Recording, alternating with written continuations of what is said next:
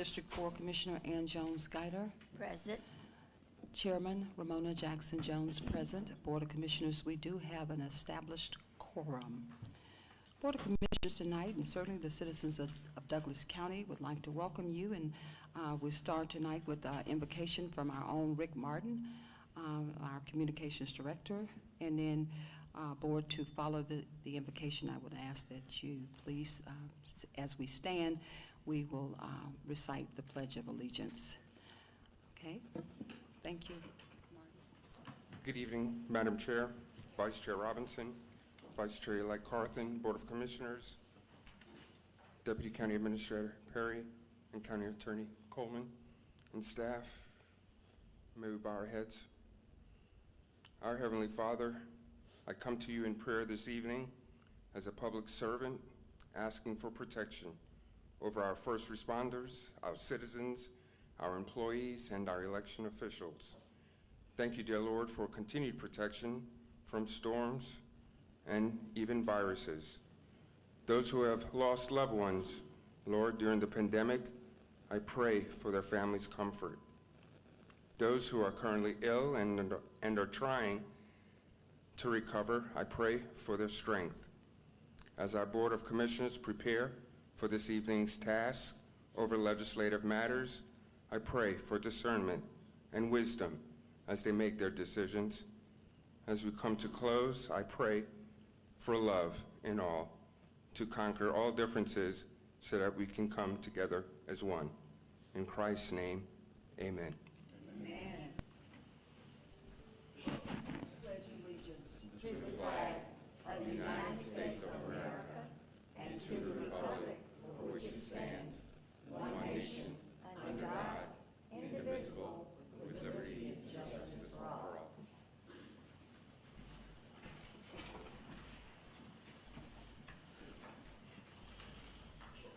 Thank you so much, Director of Communications Rick Martin, for that amazing, fervent prayer tonight over our county and also over the Board of Commissioners. Clerk, do we have anyone sign up for comment, public comment tonight? Yes, ma'am. We have Ms. Sharon Bachtel. Okay, Ms. Bachtel, please come forward, and please, when you come forward, if you could state your name and your address for the record. And Clerk, if you could just read the instructions that are permitted, or should I say what's permitted during our legislative session with regard to public comment. Yes, ma'am. As a reminder, you'll have 3 minutes to address the board. Once your 3 minutes are up, we'll ask you to wrap up your comments and just restate your name and address and your subject matter. Thank you. Okay.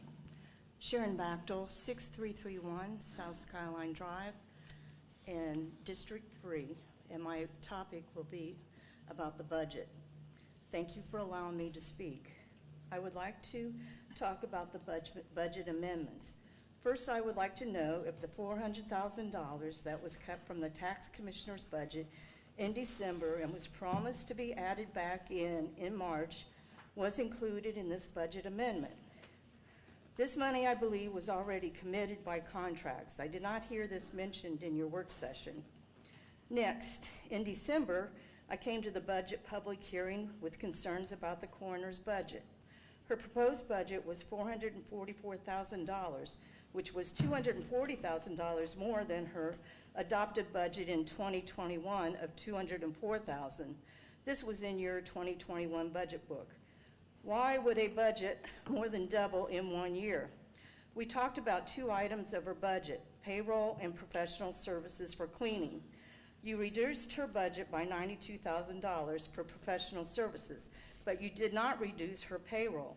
Why is she asking for $20,000 more in salary and wage when her payroll was not reduced? I specifically talked about this with the finance director and chairwoman. The budget of the previous coroner was less than $150,000. Why has the coroner's budget grown so high? Do the commissioners know how many deputy coroners are employed by the coroner? I requested from Open Records the bonds for the coroner's office. They were dated December 29, 2021 to January 1, 2025.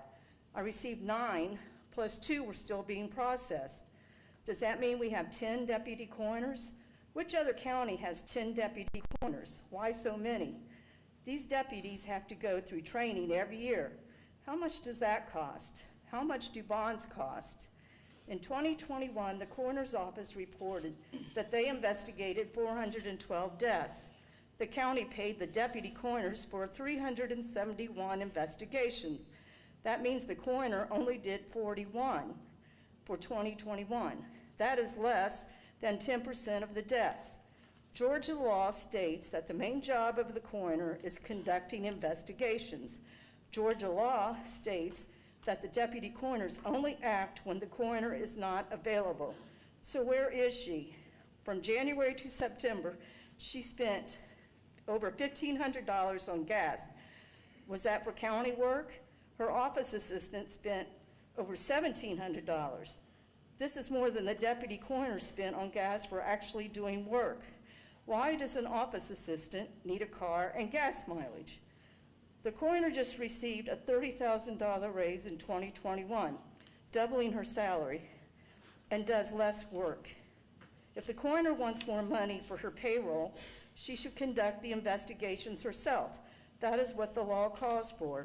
She should reduce her staff. There is no reason to increase her budget. She should make do with what she received and be grateful. Thank you. Thank you so much, Ms. Banchel, for coming in tonight, expressing your concerns. This matter would be taken under advisement. Thank you so much. Board of Commissioners, we're going to move right into the approval of our minutes. You have the commission meeting minutes of April 5th, 2022, the work session minutes of April 4th, 2022, and the executive session minutes of April 4th, 2022. Are there any corrections, additions, and deletions that need to be made at this time? No, Madam Chair. Being none, the minutes stand approved. Vice Chairman Robinson, Yeah, you real have the quick, floor. I just want to clarify for the record, are we talking about the budget as a point of order, or are we just talking about the amendments today? I'm just, want to make sure I'm clear, because I want to make sure the citizens' comment is acknowledged. Absolutely. You know, when we talk about the coroner, and there was that question about the budget doubling, I think that's for everybody that's in here or maybe listening. Think about it, in the middle of a pandemic, how many deaths we had? Do you know what the coroner does? The fact we're even into double, yeah, you need people out there. And when the state says, no, we don't send your decedents over to us, you keep them. The political play right now, like, no, be balanced. It's okay. But that person, I just, 4 years, 6 years now, of this march on that corner, right, this 5'1", no, all she has to do is what she does. It's a variable cost regarding those. Variable cost regarding those deputies. She can manage. She could 3, 4, 5, 600 pound decedents. Our citizens, do you know what a coroner does? This is not Snapped. This is not Dateline. This is not Avatar. That's a real public servant that's sitting there, and I just want to be sensitive that we will give it its due consideration. But just for the record, since it came up, we always try to acknowledge when it's important. But I want to make sure we're balanced, because anything else is fair game. But like, do you know what that person does on behalf of citizens? Right, just not the janitor of humans on the side. There's no justification for that. But it's allowed because it's called the First Amendment. We'll get into that in a minute. But let me try to yield back. I just want to make sure that we're only going to stay on the amendments and not the budget, right? This is not a budget moment, right? Correct. All right, This I is yield. just- Thank you, Madam Chair. Madam Chair, Commissioner Guider, you have the floor. just for clarification, the coroner only investigates suspicious deaths. COVID had nothing to do with that. So, the death rates was not up that high as far as regular investigations. I can't remember what she said, how many they investigated, 200 and something, but she's got 4, I know at least 4 deputies, plus an office manager or something. So I don't know how many deputies she's got, but at least 4. but they only investigate suspicious deaths. And I just wanted to clarify that, okay? Thank you. Thank you so much, Commissioner Guider. And while we're on the subject of death, I made a commitment to take care of the citizens here in Douglas County from sunrise to sunset, and that's what's going to be done. Regardless if it takes 100 deputy coroners, I want to make sure that our citizens are taken care of. So with that being said, that gives me comfort that we have 24-hour round-the-clock service. We can push any button at any time and someone will respond. And I think the citizens appreciate that. With that being said, we're going to move on to our proclamations. We're going to move to tab number 4, which is proclaiming the month of April 2022 as Financial Literacy Month in Douglas County. And our own legislative aide, which I should say, Vice Chairman Robinson's legislative aide, Wendy Cottle, will read that proclamation. You have the floor. Good evening, Madam Chair. Good evening, Board of Commissioners, and good evening to all our Douglas County citizens.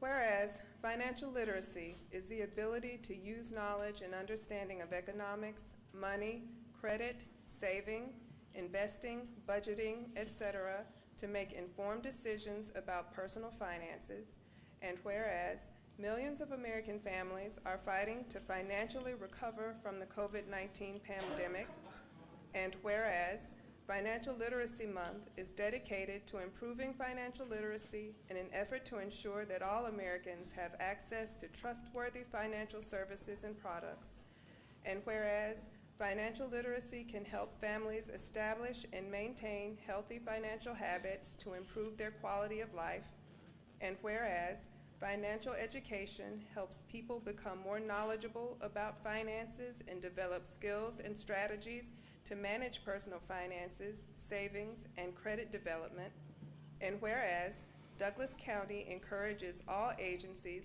public and private institutions, and community organizations to facilitate instruction, activities, and initiatives that contribute to developing and enhancing financial literacy for economic success. Now, therefore, the Douglas County Board of Commissioners hereby proclaims April 2022 as Financial Literacy Month in Douglas County and commends its observance to all citizens. So proclaimed this 19th day of April 2022. Thank you so much, Wendy. Appreciate that. Board of Commissioners, you've heard the proclamation. Certainly, you intrigued me when you said maintain and sustain healthy financial habits. So that's an opportunity for me to make sure I stay out of the mall, or that's just a joke. But of course, I love to shop. But with that being said, Board of Commissioners, you've heard the proclamation. Do we have a motion to approve? So moved. Second? We have a motion and a second. Any discussion? Yeah. Vice Chairman Robinson, you have. Anybody else have the floor? Okay, we had a motion and a second. I said any discussion?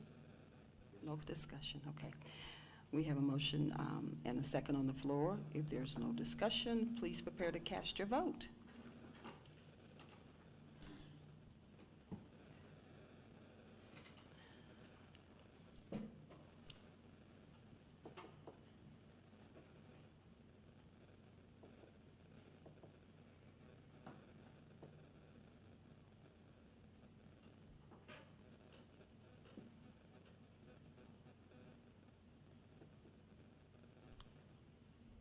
Okay, we have a 5-0 unanimous vote. Board of Commissioners, and the motion carries. Vice Chairman Robinson, you have the floor now. Thank you. I didn't want to allow you, you're already in motion, so I let it go. I roll with it. But I wanted to acknowledge financial literacy. And it's, you know, it's something that's called the fundamentals. Some of us that are in the room are going to age myself when it talks about school house rock, right? Back in the day, figure 8, you know, 3, 6, 9. There's certain things that are universal.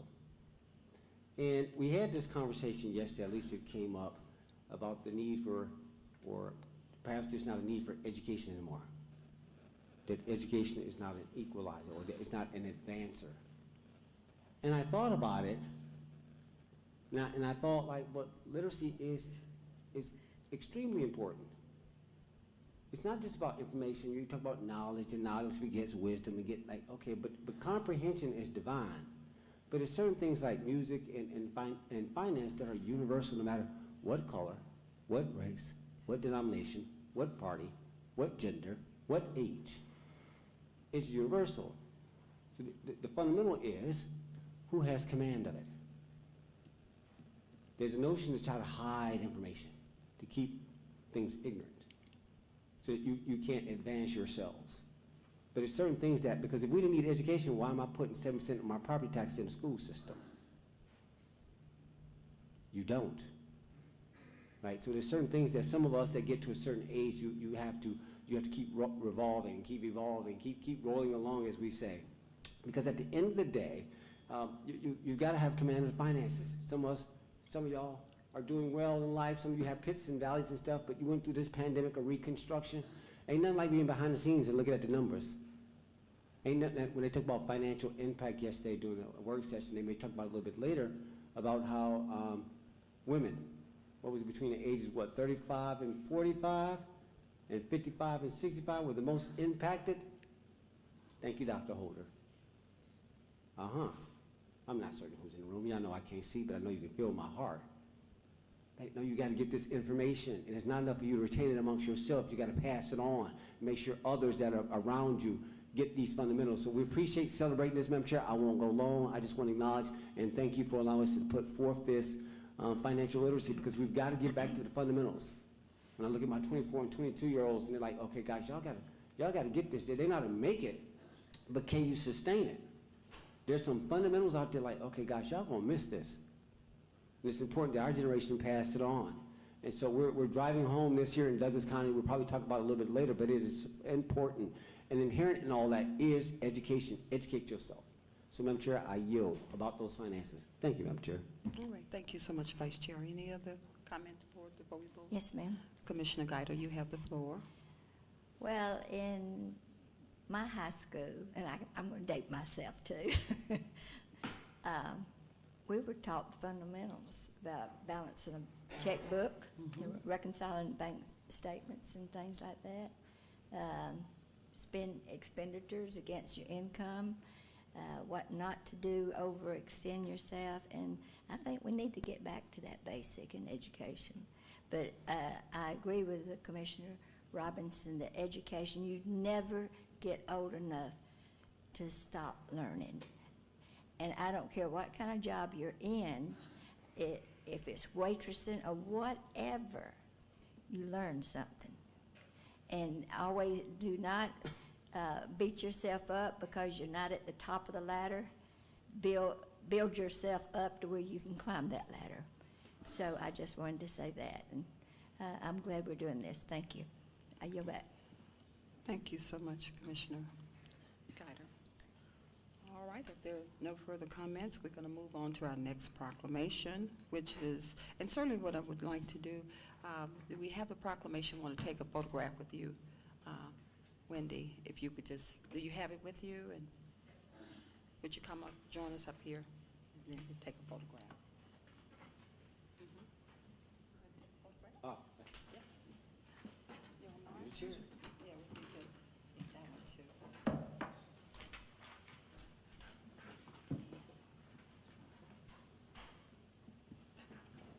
We stand up for one now. We can stand up, it's just one person.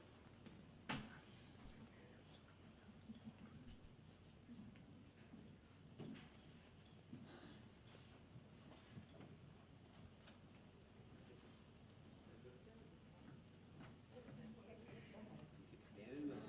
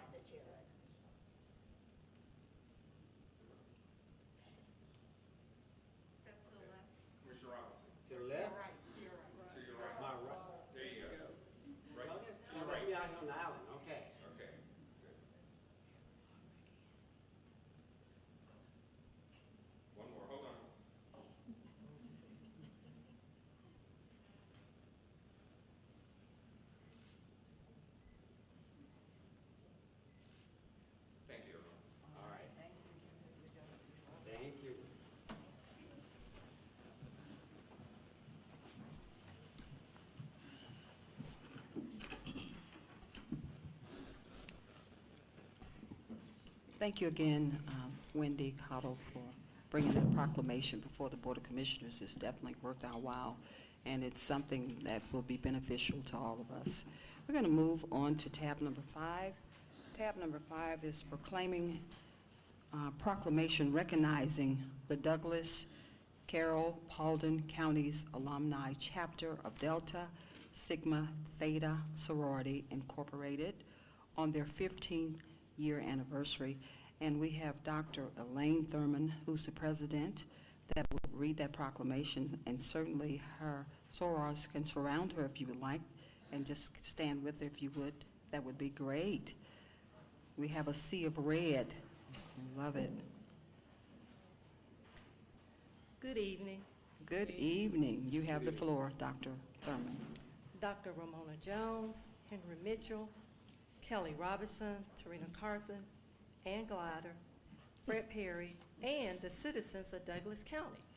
The proclamation, Douglas County Board of Commissioners. The Douglas Carroll Paulding County's alumni chapter of Delta Sigma Theta Sorority Incorporated 15th chapter anniversary. Whereas the Douglas Carroll Paulding County's alumni chapter of Delta Sigma Theta Sorority Incorporated is a sisterhood of progressive, committed women who stand as a beacon of light, providing public service support to improve the quality of life for the citizens of Douglas, Carroll, and Paulding counties located west of Atlanta, Georgia. And whereas the Douglas Carroll Paulding County's alumni chapter of Delta Sigma Theta Sorority Incorporated has a membership of over 370 hardworking, dedicated, college-educated women committed to service, scholarship, sisterhood, and social action for over 14 years. They proudly host innovative and impactful programs implementing Delta Sigma Theta's 5-point programmatic thrust, consisting of economic development, educational development, international awareness and involvement, physical and mental health, and political awareness and involvement. And whereas the Douglas Carroll Paulding County's alumni chapter of Delta Sigma Theta Sorority Incorporated was chartered on April the 22nd, 2007, and whereas Delta Sigma Theta Sorority Incorporated was founded on January the 13th, 1913 by 22 college women at Howard University to promote academic excellence and provide assistance to those in need. The founders of Delta Sigma Theta envisioned an organization committed to sisterhood, scholarship, service, and addressing the social issues of the time. Since its founding, Delta Sigma Theta has become one of the permanent service-based sororities with more than 300 initiated members and over 1,000 chartered chapters worldwide.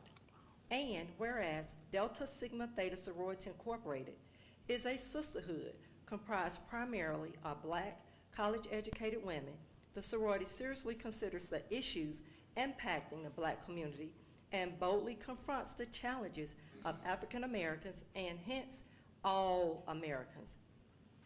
Over the years, a wide range of programs addressing health, education, international development, and the strengthening of African Americans' family have evolved. The major programs of the sorority are based upon the 5 points programmatic thrust: economic development, educational development, international awareness and involvement, physical and mental health, and political awareness and involvement. Now, therefore, be it resolved, the Douglas County Board of Commissioners do hereby congratulate the Douglas Carroll Paulding County's alumni chapter of Delta Sigma Theta Sorority Incorporated on their 15th year anniversary and for the remarkable legacy of public service to the Douglas County community. So proclaimed this 19th day of April 2022.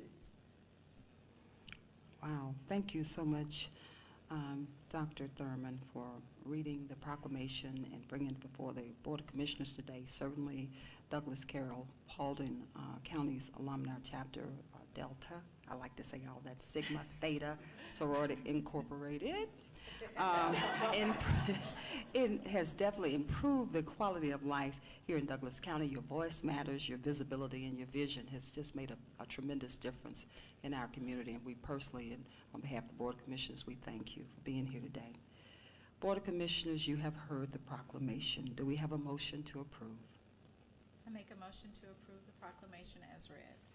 Second. All right, we have a motion and a second. Any discussion, Board of Commissioners? Vice Chairman Robinson, you have the floor. Yes, greetings, my Sora. Question for you. So I'm just curious. I mean, I appreciate your 5-point prong. And can you talk a little bit about the mental health? Next month is Mental Illness Awareness Month that we celebrate here in Douglas County. And since you're a part of that, I'm just curious about your national platform regarding that. So this is a free PSA. Well, what does that mean to you, and how are y'all approaching mental illness or mental health today? I'm just curious. Thank you. Dr. Thurman. Okay. Just to answer that, next month, we have a forum planned. A lot of times, it is assumed that adults are the ones with mental illness that needs the mental health.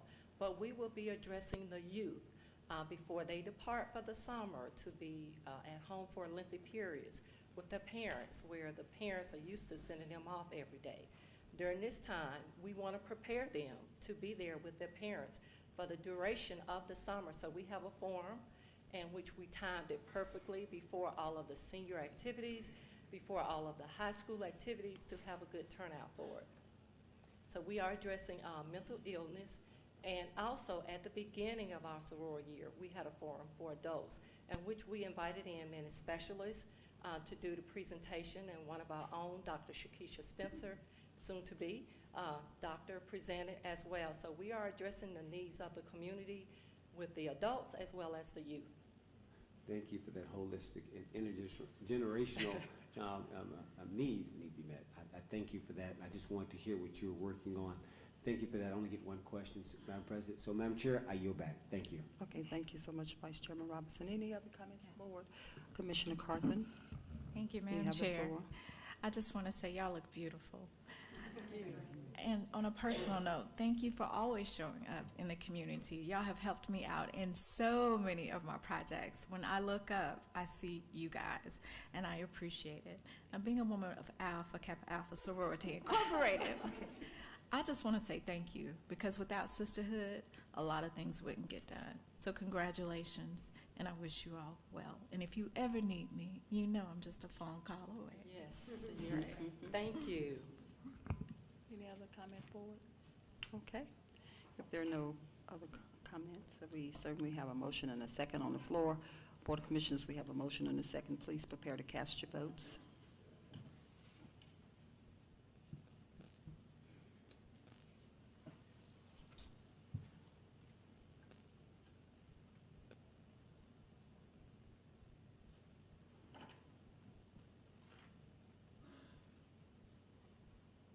Board of Commissioners, we have a 5-0 unanimous vote, and the motion carries. And congratulations again on your celebrating 15 years, and we will come down and take a photograph with you, the Board of Commissioners. So if you could just, we'll be right in front of there. Real quick, is that red and white or some other color? What is your official colors? Crimson and cream. Crimson and cream. Red. I got the memo.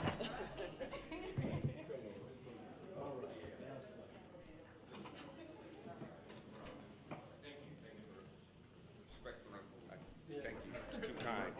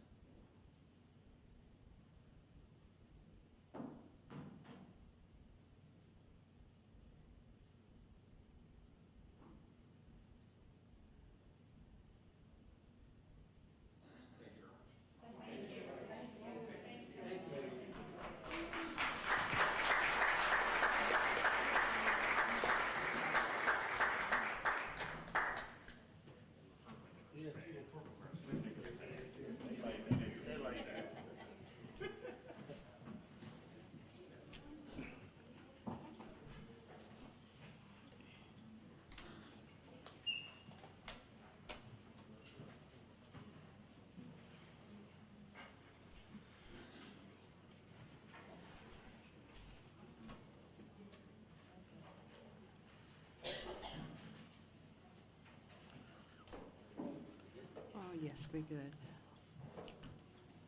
All right, Board of Commissioners and the citizens of Douglas County, we have one more proclamation, which is tab number 5. Tab number 5 is a proclamation recognizing, no, I'm sorry, excuse me, it's tab number 6. It's proclaiming the week of April 24th through the 30th, 2022 as National Crime Victims' Rights Week in Douglas County. We have our own district attorney, Mrs. Dahlia Racine, here tonight to read that proclamation, and you have the floor, and good evening. Thank you for being here. Thank you so much, Madam Chair. Good evening, Board of Commissioners. Good Hope evening. you all are doing well. We are here to read the proclamation on the National Crime Victims' Rights Week, April 24th through 30th of 2022. I will be remiss if I did not mention how grateful we are for the support of the board and the services that we provide to the community, so I wanted to start off by saying that. Without further ado, I'll go into reading the proclamation. Whereas both the Crime Victims' Bill of Rights and Marsy's Law have been passed in Georgia and at the federal level, which guarantees victims the rights to meaningful participation in the criminal justice process. Whereas victim service providers, advocates, law enforcement officers, attorneys, and other allied professionals can help survivors find their justice by enforcing these rights. Whereas victim service providers and allied professionals can reach more victims through innovative, trauma-informed programs such as multidisciplinary teams. Whereas victim service providers and allied professionals can increase access to victim services and compensation in areas that have been historically underserved, marginalized, and adversely affected by unfairly implementing culturally responsive services. Whereas equity and inclusion are fundamental prerequisites to survivor care. Whereas National Crime Victims' Rights Week provides an opportunity to recommit to ensuring that accessible, appropriate, and trauma-informed services are offered to all victims of crime. And whereas the Douglas County District Attorney's Office is hereby dedicated to helping crime survivors find their justice by enforcing victims' rights, expanding access to services, and ensuring equity and inclusion for all. Now, therefore, let it be resolved that the Douglas County Board of Commissioners proclaim the week of April 24th through 30th, 2022 as National Crime Victims' Rights Week, reaffirming our county's commitment to creating a victim service and criminal justice response that assists all victims of crime during Crime Victims' Rights Week and throughout the year, and expressing our sincere gratitude and appreciation for those community members, victim service providers, and criminal justice professionals who are committed to improving our response to all victims of crime so that they may find appropriate assistance, support, justice, and peace. So proclaim this 19th day of April 2022.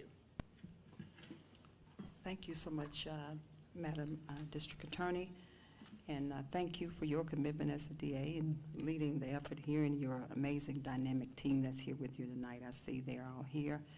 And certainly wanted to commend you for leading this effort because you said the commitment to respond to all victims that have really had a challenge and been exposed to some of the difficulties that you've discussed within this proclamation.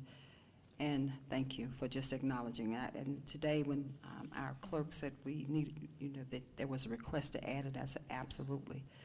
A time such as this, we've had quite a rise in circumstances such as, National Crime Victims Week is important because of this pandemic has really increased a lot of crime throughout the nation, and not only Douglas County, but all over. So thank you for bringing this forward to the Board of Commissioners. Board of Commissioners, you have heard the proclamation. Do we have a motion to approve? So moved. Do we have a second? Okay, thank you. Commissioner Mitchell, second. We have a motion and a second. Any discussion? Vice Chairman Robinson, you have the floor. Absolutely. Thank you, Madam Chair. Madam DA, good evening. Good evening. All right, question for you. When you talk about victims, and this is something that is taken me 14 years, and not in 14 years, but over this period of time of being in office, when it comes to victims, and to your point, the trauma, and the need to not only bring awareness to it, that the survivors, it's the victims directly. Is it both? Ask the question. So it's the survivors, right?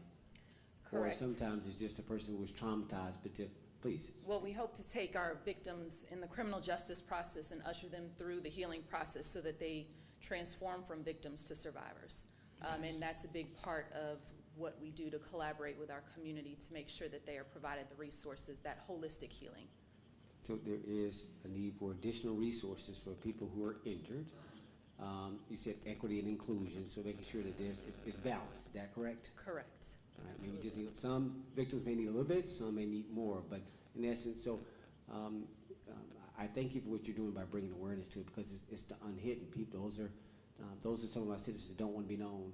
They're going through a special place, and I appreciate the protection that you guys have to do regarding that. It takes, that's a heart matter. I know what it takes to be the DA. All y'all. You got to be that. But at the same point, there's that compassion part, like, okay, but you're protecting them. You're protecting, so it matters when I can see the compassion that y'all guys demonstrate in some of your events. So I do see you, no pun intended, because it does matter. Let's just say people around, I've had those experiences close enough to understand what it means for you guys to be there. So just thank you for what you're doing to bring it forth. That was all. Thank you. Thank you for that. Any other discussion? Madam Chair? Sorry, Commissioner Guider, Okay. you have the floor. Madam DA, nice to see you. I, too, applaud you for your work and everything. And I'd just like to ask a question that a lot of people are asking, probably all of us up here. Abuse, child abuse, it's been, I understand it's gone up quite a bit during the shutdowns. And the shutdown has done a lot to damage the mental health of not only children but also adults. And a lot of them suffer from PTSD from that abuse. I used to run the Celebrate Recovery for victims too. I mean, that was for victims at my church. And we saw a lot of anger problems. In the past couple of years, it just seems like anger was just one of the main offenses that people did. And when you're angry, you hurt people. So have you seen an increase here in Douglas County of things like this? Yeah, thank you for that question. And I think that the unfortunate reality is that Douglas County is not immune from the national trends of upticks that we're seeing in cases of abuse specifically. And if you think about the factors that contributed to that, if you think about COVID and the isolation that occurred, many of the victims were entrapped with their abusers. They didn't have an outlet. They didn't have school to go to in order to report, in order to disclose what was going on at home. And the unfortunate reality, as well, is the fact that this is one of the most underreported crimes that we see, which is why it's very important to us, to our office, to have a strong understanding of what is categorized as adverse childhood experiences for the very reason that you captured. We know that it has an impact, a long-lasting impact, if you don't have connections to services, when you have that untreated trauma, and that matriculates into then perhaps angry, abusive behavior, and it's cyclical, and you see it multi-generational. And so we're very conscious of that. We're very conscious of trying to break those cycles so that we can not only keep our communities safe, but we can also see a drastic reduction in that type of harmful conduct happening in our community. So thank you for that question, because it is something that we are very conscious of and that we are very intentional and deliberate about combating here in Douglas County. And once that abuse has happened, oftentimes it's passed on from generation to generation. Absolutely. So, but I applaud you for bringing this to the attention of the public. Thank you so much. You're back. Thank you so much, Commissioner Guider. Commissioner Carthen, you have the floor. Again, thank you for bringing this forward to our community and allowing us to realize that victims do need services once they go through the system and once they, face their abusers or, those who committed the crime against them. But it's just not the victim, it's the families that are connected to the victims, because they have to support them and they go through it with them. So I applaud you for the resources that you all provide And I know you all are out there getting grants to help this. And I see Madam SG, and she has a victim services person in her office too. So I just want to commend y'all because, you know, oftentimes we think about justice and we just think about the court. We don't often think about those who are on the other side of that. So thank you to you and your office for bringing this forward. It does mean a lot because we are a community, and when we don't help each other heal, we end up hurting each other. So thank you. Thank you so much, and I would be, again, remiss if I did not state how proud we are of our victim advocate program that we have here in Douglas County, and they do tremendous work in exactly what you're talking about, supporting those, not only the direct victims, but families as well, and helping them to heal. So thank you for that. Thank you. Any other comments? Yes, just, Commissioner Mitchell, you have the floor. just one, Madam Chair. Okay. And you know what I think, when I talk to the DA and we kind of have our ongoing conversation, I think law and order, so, but, inside joke. But with that being stated, I like blue bloods. with that being stated though, I just want to say, job well done. And we're so proud of you and your team and what you guys do and how you guys do this. It takes a special person to do what you guys do. And I just wanted you to acknowledge, if you would please, your team, because you're only as strong as your team. And I think you've got a strong team, and I think these guys really, they're there for you, because I see them at any beck and call, and they're there. So if you would, just so the general public will know kind of who they are, and I know that's not it's in its entirety, but at least just for those who are here to support and stand up on this National Crime Victim Week. So just, if you would, please. Absolutely. Thank you for that opportunity. We have not only a strong team, a phenomenal team that does the work every day. We have here represented today our Director of Victim Witness. We have our Director of Community Outreach. We have a couple of our ADAs, and of course the lady that keeps everything running, our Director of Operations, are here.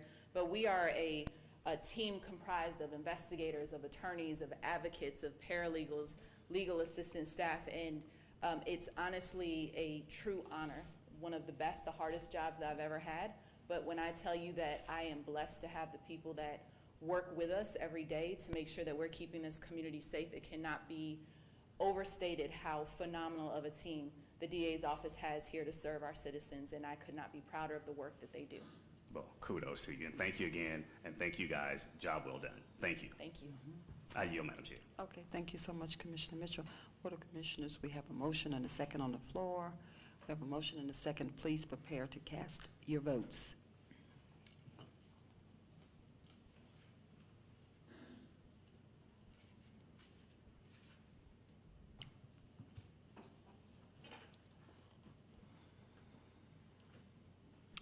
Board of Commissioners, we have a 5-0 unanimous vote, and the motion carries.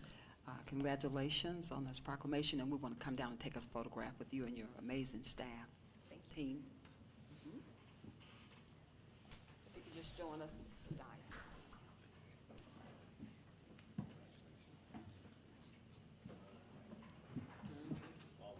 Yes.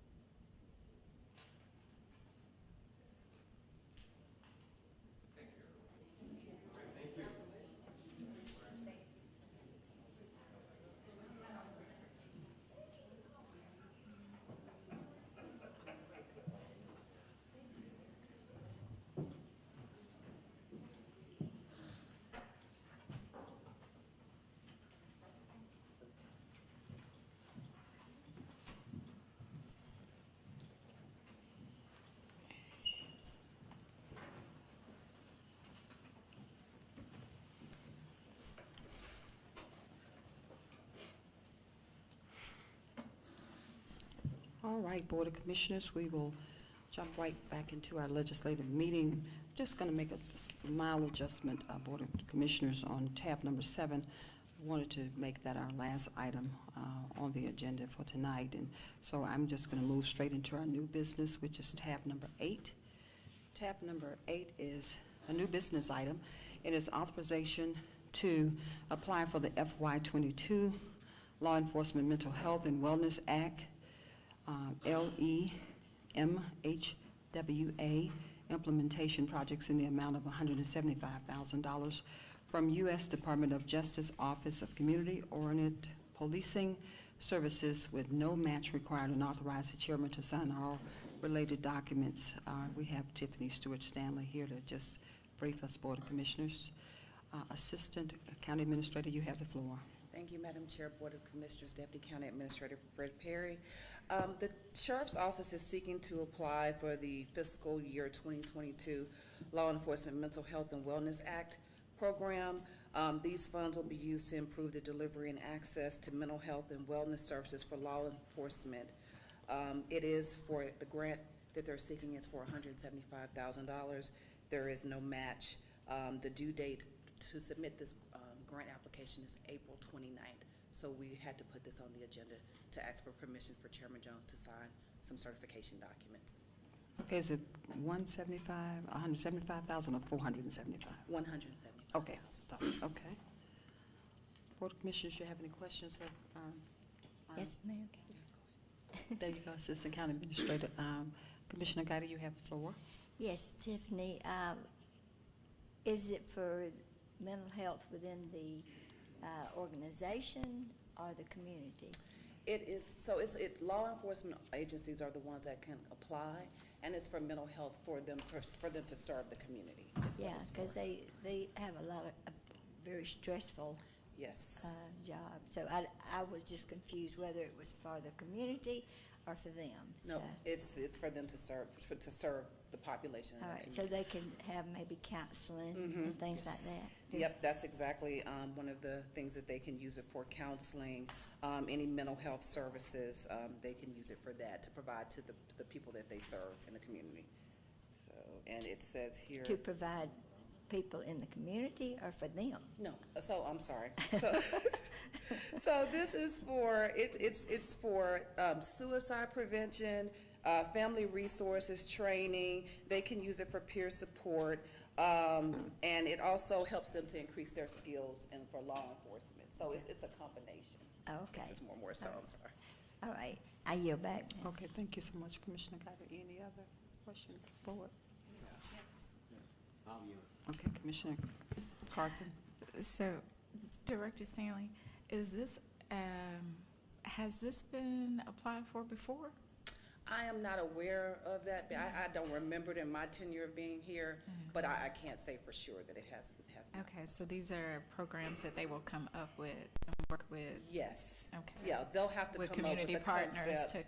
Yes. Okay. And they're working on that. They're getting that together now for submission if the board approves it. Yeah, I think this would be great. I don't know if the sheriffs are listening or the sheriff's deputies, but this would actually be awesome if we could collaborate with law enforcement and community services board and mental health professionals, so that when they come upon people who are, they're called to situations where it doesn't really call for them locking them up, but maybe getting them that treatment and being able to use these funds to help, you know, and not us overload the jails with people who just need mental assistance as opposed to being locked up. So I'm hoping that somehow a project like that would get implemented.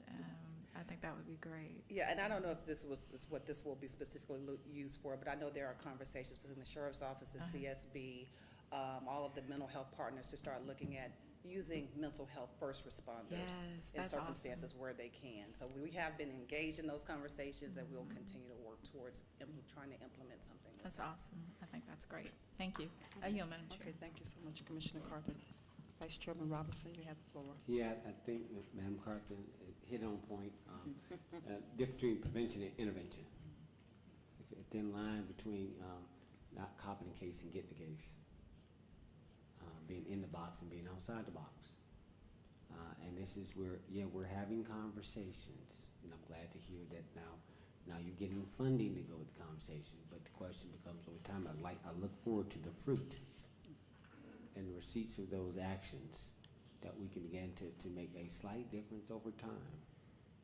And again, I think the atmosphere is perfect. It is a great atmosphere for this, and I'm looking forward to this. And so whatever support we need to provide, Madam Chair, by way of support, I heard this was not a match, right? No match required. And That's for how many correct. years, one time? It's 2 years. 2 years. Is the program, yes, it's 2 years. So this amount of money per year, or this is what you get for 2 years? No, I think the 175 is the total. All right, that's fine. Yes. It's okay. It's a starter. But again, to Commissioner Carthen's point of third district, collaboration is key. And you guys are already doing it. We're just looking forward to sort of the next step in this something that's long time in coming. Just like with accountability courts, it was a long time coming. You want to go to jail, want to go home. Now we're trying to avoid you from even getting in that situation by preventing things that sometimes it's not about a crime. There are people who have mental issues that is not criminal per se, but it could be it could lead into that. So anyway, good job, great grant, sounds good. I yield long enough. Thank you. Okay, thank you. Any other? All right. Board of Commissioners, with no further ado, I will call the question. Do we have a motion for the authorization to apply for the FY 2022 Law Enforcement Mental Health and Wellness Act Implementation Project in the amount of $175,000? So moved. Oh, I'm sorry. I No, thought you're finished. done. So moved. Yes. Do we have a second? Okay, we have a motion and a second. Any discussion? We have a motion and a second. Please prepare to cast your votes.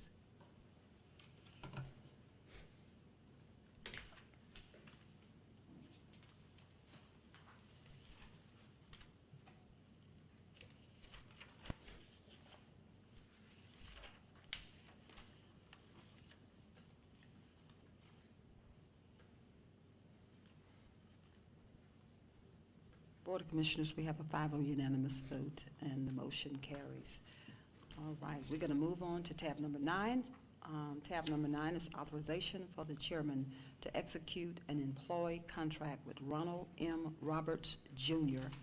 as Transit Services Director in the amount of $115,000 per year annually, pending final legal review. And we have Tiffany Stewart Stanley here, who's our Assistant County Administrator that has oversight for that area. If you could share with the Board of Commissioners what you're bringing forward. Thank you, Madam Chair. So as we know, Connect Douglas, the manager that we had in place, had to resign in January due to a family situation. We were fortunate to have Mr. Ron Roberts, who we know is our planning and zoning manager, who has an extensive history in transit. He has over 25 years working for different municipalities, small and large. He's worked for the city of Austin, Cobb County. He was formerly working for Douglas County. He worked for the Columbus Consolidated Government, all in transit. And he also has experience, as we know, as in planning and zoning. We are asking to extend a contract to Mr. Roberts for the position of Transit Services Director for $115,000. That position was formerly a manager position, but after doing a deep assessment of the area, we do feel like that it does need its own director. After entering into negotiations with Mr. Roberts and looking at different salaries that we could find, we could not find a lot of different basis for the salaries. And after presenting to the Finance Committee yesterday, the recommendation that came out of the executive session of the Finance Committee was $115,000 for the salary.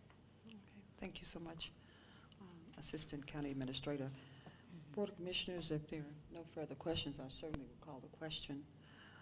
Board of Commissioners, do we have a motion for the authorization for the chairman to execute an employee contract with Ronald M. Roberts, Jr. as Transit Services Director in the amount of $115,000 per annually, pending final legal review? Do we have a motion? So move. Do we have a second? Second. We have a motion and a second.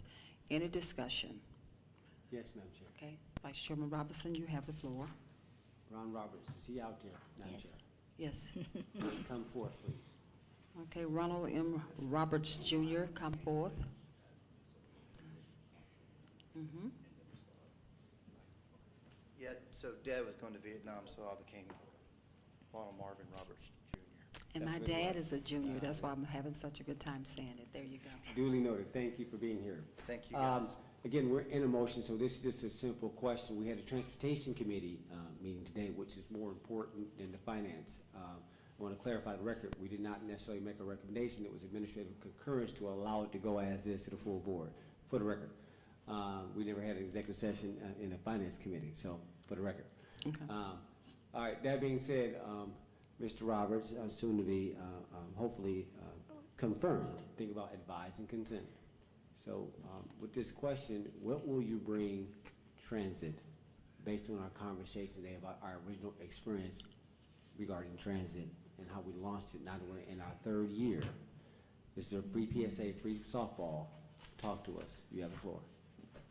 That is a softball, and it's also a long answer too, but 3 minutes. I'll be very direct.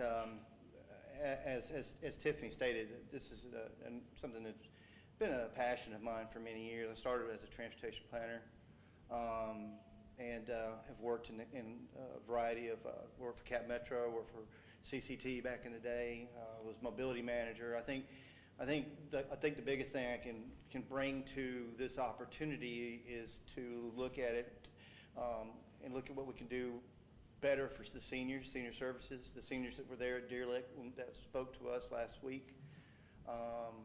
You know, I heard that. I've listened to that. I was originally hired in Cobb under the senior adult transportation study that they did, so I enjoyed that. I enjoyed it. I enjoyed being able to think outside the box and to fix things and to make transit better. And so, in a nutshell, I think, you know, I'm going to miss planning and zoning. I'm sitting back there with Phil, and you know, the department is very well run right now, and I'm happy for it, and I'm ready for a new challenge. And so, this is it.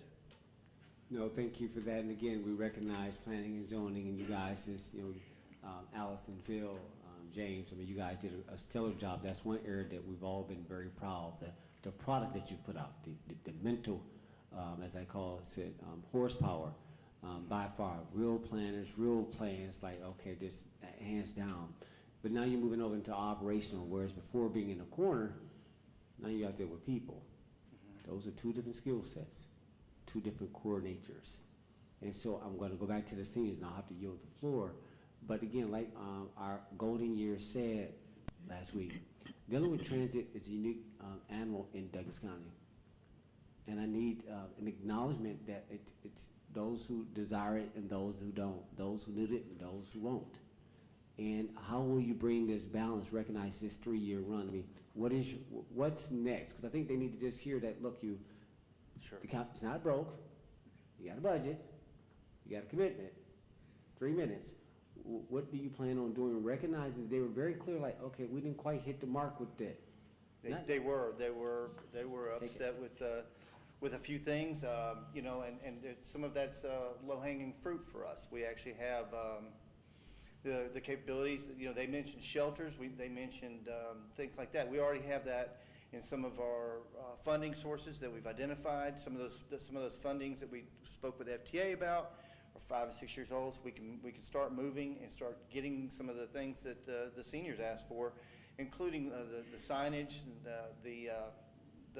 the routes on the signage and some other things, some low-hanging fruit. There's quite a bit to clean up, but I think moving forward, it's been a good team. I've been fortunate to be in a kind of a half and half capacity. I've been down there since February, and so I've had a chance to kind of really work with the staff that's down there to get a direction forward. And I really think that we're in a good spot. You know, it is as someone put it, I think you put it last week at Deer Lick. It's in infancy. So we want to raise this right, and we want to be able to expand the services and do a better program and be able to clean up and move Douglas County in a positive way. Not that it's not already, but definitely to integrate it more with future systems and things of that nature. That is sufficient. Madam Chair, in closing, back to you. one of the things we learned from the golden years, at the end of it, after they voiced their concerns from everything, but no bus stop, no bus route numbers, everything we talked about in committee today, and recognizing he's inherited a 3-year learning curve, a child. But the key thing was, our communication has got to, it's missing because they're like, look, yeah, you've talked to us, you're talking to us, but you're not communicating. And when you're communicating, you're not allowing us to participate. And so that was indicative of just like this system is part of our fabric. I mean, it's just as important as everything else. It's part of our infrastructure, which is why it's over there. So I'm hoping, Madam Chair, that there's a commitment, not just for him, but from the top, that he has support and cover what he needs to make sure we get the message out there. The people that was in there that says, we don't even know about it, we're the ones that helped create it. And that we've got to bridge that gap. And while we think we're communicating and we're so in love with our technology, we're not reaching. So I hope that he needs cover for that, Madam Chair. That's not necessarily, he has some support, but I'm looking forward to your support on that as well. I yield, Madam Chair. Okay, thank you. Madam Vice Chair. Chairman. Okay. Commissioner Guido, you have the floor. Yes, a lot of people may not know that you're over rideshare also, and that's very popular. Yes, And ma'am. it was shut down when during the pandemic and the lockdowns. So just share with the public what your plans are as far as rideshare. Yes, ma'am. So 10 years ago, I was over the rideshare program. At that time, we had 86 vans over in operation. That was 33% of all the van pools that were operating in the metro Atlanta area, and that was a big deal because no one had a van pool like that in Atlanta. And when I left here, I went to a consulting firm that got the Georgia Commute Options contract, which was a GDOT program to encourage people to get out of single occupancy vehicles and take van pools, car pools, and alternative transportation. So I worked in that capacity, and Georgia Commute Options now is a program that comes through the Atlanta Regional Commission. Even since February, I've been in contact with a lot of people I just hadn't talked to in a long time, and they're sympathetic to our situation, and they want to help, and that's what the program's there for. So we've got some things we want to lay out that were done a little different back in the day. There's some technology that we could use. It used to be that the drivers had to fill out these huge sheets, and we would have to chase the drivers down every month to do our NTD reporting and everything. But I think there's some better ideas out there, and we've already had some meetings with ATL staff, GCO staff, and about getting the van pools. And of course, it was always cyclical, and with the rising gas prices and stuff like that, we are seeing more calls and interest in that. So it's a very good possibility that we could see the van pools moving again soon. So I'm looking forward to that as well. How many vans do you have? I have 50 vans down there. How many? 50. 50? Okay. Now, some of them are, in our assessment, we need to, probably move some of them around. There's some departments that have asked for some that we could probably take off the FTA books and things of that nature. And so we're going to be doing a deep dive. Now, when you're talking about FTA, that's Federal Transportation Authority or something. Right. That's tied to the grants and everything. Yes, ma'am, So it you is. have to be very careful with what you do with that money. We do. They oversee how you spend that money. Well, there's one of the ladies down there, Janet Willis, I've been working with her. She's our compliance officer. She came from 40 years of transit experience, was hired from MARTA. Sharma Davis has been kind of helpful down there as well. She's been a really good person to work with, and I've enjoyed meeting them, and I look forward to doing a deeper dive. As when I talked to Commissioner Robinson, he said, you're going to own this. So I think I'm going to own it. But as far as the restart of the van pool, do you have an estimated ETA on that? I really don't right now. I was texting and emailing some staff at GCO. We wanted to sit down with them. There was a transportation demand management subcommittee meeting, which I've been on that since its inception at the Atlanta Regional Commission. But I don't really know because there are different ways to set it up, and I think we can find a more productive simpler way than the way that we used to. So I'm looking forward to having those conversations the next couple of weeks. But do you think it will restart this year? Oh, absolutely. Okay, all right. Absolutely. All right, with that, I yield back, Madam. Thank you so much, Commissioner Gotti. Any other Yeah, I remarks? just one minute. Commissioner Mitchell, you have the floor. Ron, Hey. interesting. Just a couple of questions, though. So, you're going to miss the planning and zoning meetings, our long conversations. So are you Nobody misses really, those. are you really excited about this? But no, but I know, I think this is a well thought out, great move for you. And I just hope that you, I see the interest, I see the motivations, I can feel your energy about wanting to get there and your new opportunities and all that kind of good stuff, though. But so if I'm correct me if I'm wrong, I think you're going to be dealing with the ride share, the van pool. Will you be dealing with the senior citizens voucher program? Is that part of you? Is that something? Actually, yes, Commissioner. I actually wrote the voucher program under the New Freedom Grant when I was at Cobb, and when I started at Rideshare before, I wrote it under the previous administrator, Eric Lennon. So, I mean, I'm familiar with the voucher program. Good. And I've been working with Jill Hobson back there, and I think I got a pretty good idea how we can kind of get the waiting list kind of cleared up and moving forward as well. So that would be a really good thing. That means a lot, you know, for some of the seniors they're stuck in their homes, and the only thing they can do is get out once or twice, maybe under the voucher program. That means the world, and I've seen that firsthand in Cobb, how much that means to them. You know, I remember one lady, you know, she had a clay pottery class she just wanted to get to every month. And so, I mean, that stuff means something to them. Oh, it does. It does. So we can say our seniors will be in great hands. Right. Good. So Greta, Douglas Connect, all of those, I just want to make sure that I'm getting my arms around all of which you will be the director of, if by chance this board decides to say, give that motion to pass, I guess, correct? Yes, sir. It would be and be working with our current transit provider, which is Transitions. So working on that contract. That contract is actually due up May 6th. So I have got to really get busy on. Well, the contract's been extended, but they provided me their budget. Got it. Which we have to bring before y'all in the next couple of weeks. Got it.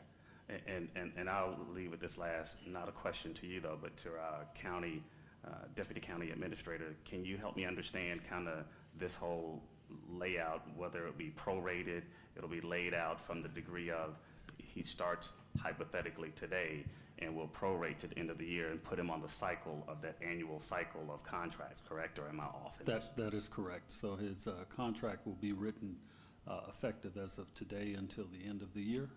And salary will be prorated accordingly, and then we'll start over on an annual basis come January 1, 2023. And I guess I'll just ask, Ron, are you okay with that? Yes, sir. Oh, okay. Just want to make sure that I didn't want you to kind of go in and anticipate something different. Just wanted to be clear that it'll start here, prorated to the end of the year, and pick up annually from that point forward. I mean, it's just that you'll not lose the money that we're talking about for the first 3 or 4 months or something. That's like correct. Yeah. That's correct. So what it will be prorated, it would, you know, average out to the annual salary that we have here. Yeah. Right. Okay. Well, again, I'm going to miss our ongoing conversations when we speaking planning and zoning. So I wish you the best. I think you'll do well, and I'm glad that you were, you know, interested in this position and interested in actually doing, taking on more challenges, I guess I'll say. Again, yes, sir. Thank you, and thank you for what you've done in planning and zoning. I think you'll be missed, so trust me, I'll still probably call you, just kind of you know, and I'm going to miss them, and they're not, you know, James and Phil and Allison and I are going to be. But you know I want you though, so I just, no. Yeah, right. But again, thank you again, and I appreciate it, and thank you for your interest in wanting to do this and move this department, I guess, and or this division to a different level. So thank you again. Thank you, Commissioner. Commissioner Carter, want to just make a few words? And I'll close out. Mhm. Well, since I'm being forced to say something, so you will become our first transportation director. Wow. Exactly. Like, that's what I thought. Like, wow, That is exciting. You know, like I said, I've been in contact over the last couple of months with people I hadn't talked to in years, and they're excited for me too. And you know, this is just like planning and zoning. This is a network of people, and I've worked with these people under various programs, and I worked with different counties when I worked under human service transportation programs. And, you know, if I did something in Cobb, you know, I shared it with DeKalb and Fulton, and it's the same thing. Now these people are still in the region, and now they're here and available for me to draw upon for information and help or anything else that I might need. So I mean, it's a good group to get to know. And it's a win-win for us as a county. Well, thank you very much. I believe this will pass, so I'll be the first to say congratulations. Thank you, ma'am. I yield, Madam Chair. Okay, thank you so much, Commissioner Carpenter. And certainly, Mr. Roberts, you mentioned CAP Metro. That's in Austin, Texas. My sister was employed there, so I know how big it is. Oh, yeah. This big game hunt, because it's larger than, I believe, any area here in Georgia. So that tells me what you can do. But I just want to share with the board that I've witnessed firsthand your determination and your ability to achieve excellence through the census, which was during the pandemic. And we talked about 100%, and you know, you certainly had to coach a lot of citizens and communicate, and you had to get in a lot of faces to convince our citizens that we wanted 100%. And at one point, I thought we were at 90%, and then on game day, we secured 100%, and I'll never forget what you've done. So I just want to assure the board, in my mind, I'm very confident with your ability to lead excellence. I've seen you. You just don't give up. You're a hard charger. You push to the end, and then your results are just impeccable. So I believe, too, that it's going to pass, and it's a proud moment. I'm going to miss those late nights on our planning and zoning meeting. Of course, you kept us all in line, wake us up if we seem like we're nodding off at midnight. But no, you have done an excellent job, and I know you do well. So, Board of Commissioners, we have a motion and a second on the floor. Thank you so much, Mr. Roberts. We have a motion and a second. Please prepare to cast your votes.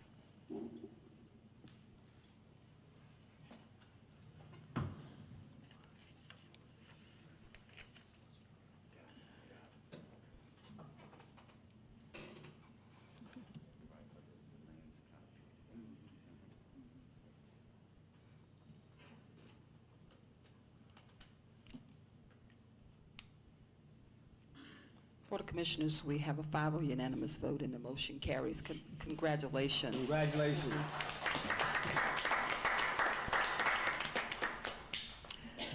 All right, Board of Commissioners, we're going to move right into it. We have 2 resolutions tonight, and they're basically housekeeping items. So I'll start with tab number 10, resolution to adopt amended and restated ACCG 401 defined contribution plan for senior management employees of Douglas County, and authorize the chairman to sign all related documents. Do we have a motion to approve, Board? So moved. Second. We have a motion and a second. Any discussion?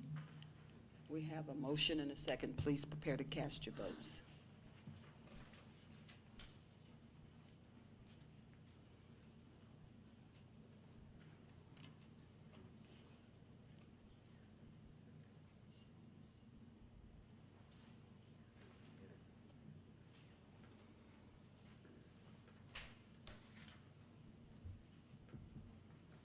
Board, we have a 5-0 unanimous vote and the motion carry. We're going to move on to tab number 11, resolution to amend the 2022 budget for 2021 rollover encumbrances, grants, and projects. Board of Commissioners, do we have a motion to approve? So moved. Second. We have a motion and a second. Do we have any discussion? If there's no discussion, Board of Commissioners, please prepare to cast your votes.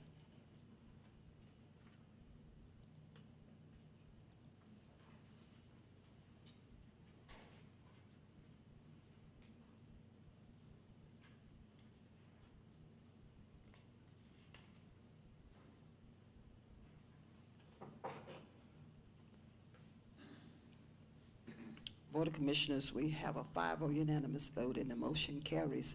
Thank you for approving the 2021 rollover encumbrances. And for our citizen, Ms. Batchel, certainly you're here, and respectfully, I wanted to give you an update. We just approved that $400,000 that you requested about the tax commissioner, so that will roll over into his budget. So I heard you mention it early in your as you were speaking in your discussion, but we just took care of it, okay? Thank you. All right, Board of Commissioners, we'll move straight to the consent agenda, then I'll pivot back. We have our 2022 budget revisits. On the consent agenda, Board of Commissioners, tab number 12, well, first of all, just want to remind you, all items are subject to final legal review. And tab number 12 is authorization to apply for the FY23 Juvenile Justice Incentive Grant in the amount of $221,688 to provide evidence-based services for at-risk youth with no match required, and authorize the chairman to sign all related documents. Tab number 13, approval to apply for the First Responders Comprehensive Addiction and Recovery Support Services Act grant in the amount of $2 million to provide resources to first responders and members of other key community sectors, and authorize the chairman to sign all related documents. Tab number 14, authorization to move 2002 and 2016 SPLOST funds to fund the Gordian total contract amount of $846,026.67 for the renovation at Douglas County Fire Station number 4 in Fairplay. The amount of $676,000 funded from 2002 SPLOST and $170,026.67 funded from the 2016 SPLOST as recommended by the Fire and EMS Committee. Tab number 15 is approval of 3 claims for property tax credit and of a claim for property tax refund as recommended by the Board of Assessors and Tax Commissioner.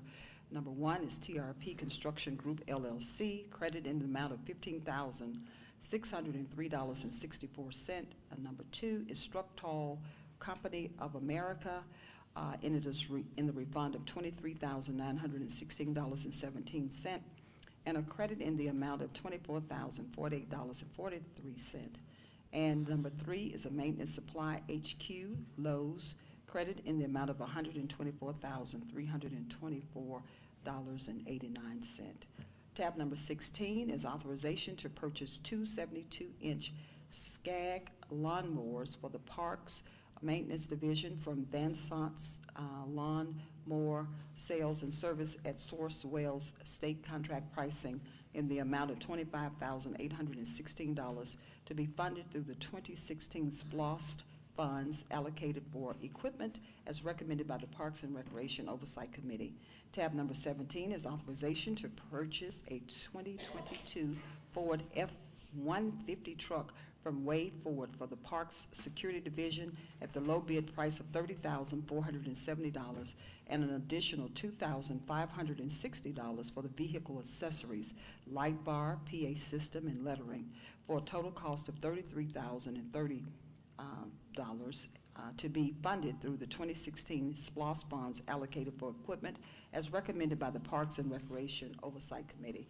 Tab number 18 is Certificate of Preliminary Plat Approval for Carlton Subdivision. Tab number 19 is approval of the supplemental agreement, tab number 1, on the construction agreement with GDOT on the Lee Road Phase 2 widening project P100004428 to add to $4,443,833 in federal and state funds, and authorize the chairman to sign all related documents.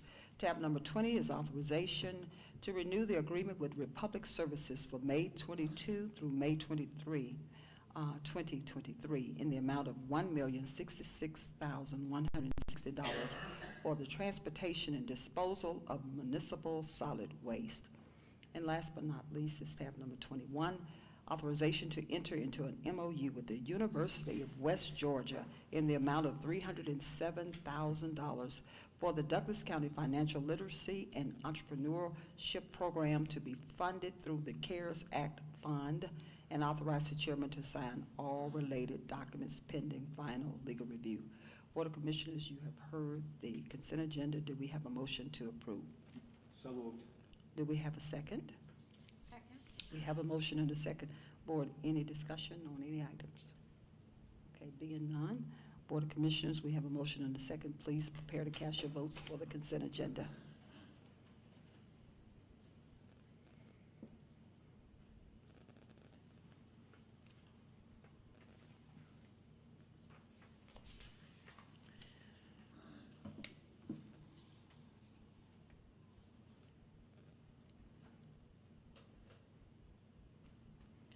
We have a 5-0 unanimous vote, Board of Commissioners, and the consent agenda passes, and the motion passes, and the consent agenda passed.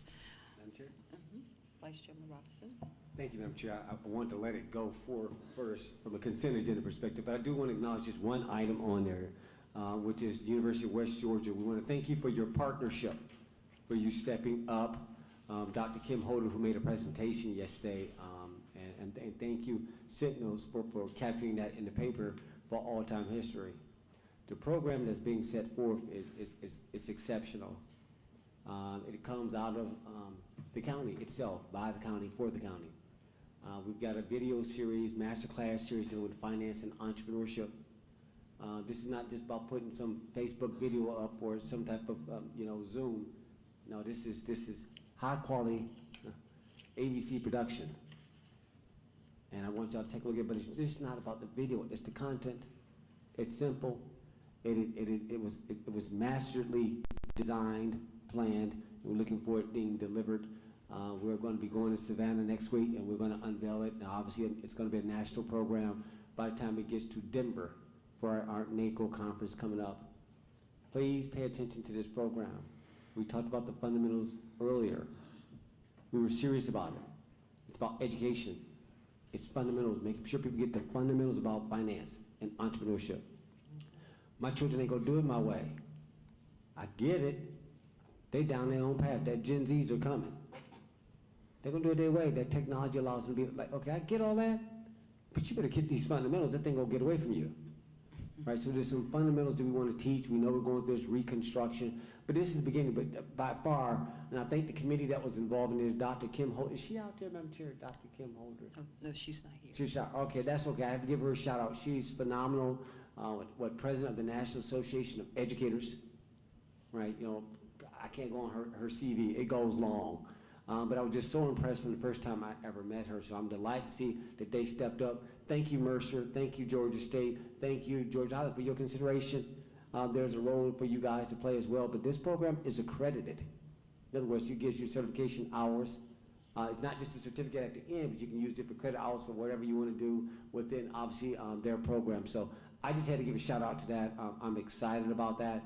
And so I'm just going to allow it to take its course. And Madam Chair, I yield the floor. Thank you. Okay, thank you so much, Vice Chairman. Board of Commissioners, we're going to move on to our approval of expenses, and then again, we'll pivot back to the 2022 budget revisit. Board of Commissioners, you've had an opportunity to review your expenses. Do we have a motion to approve? So moved. Do we have a second? Second. We have a motion and a second. Any discussion? We have a motion and a second. Please prepare to cast your vote.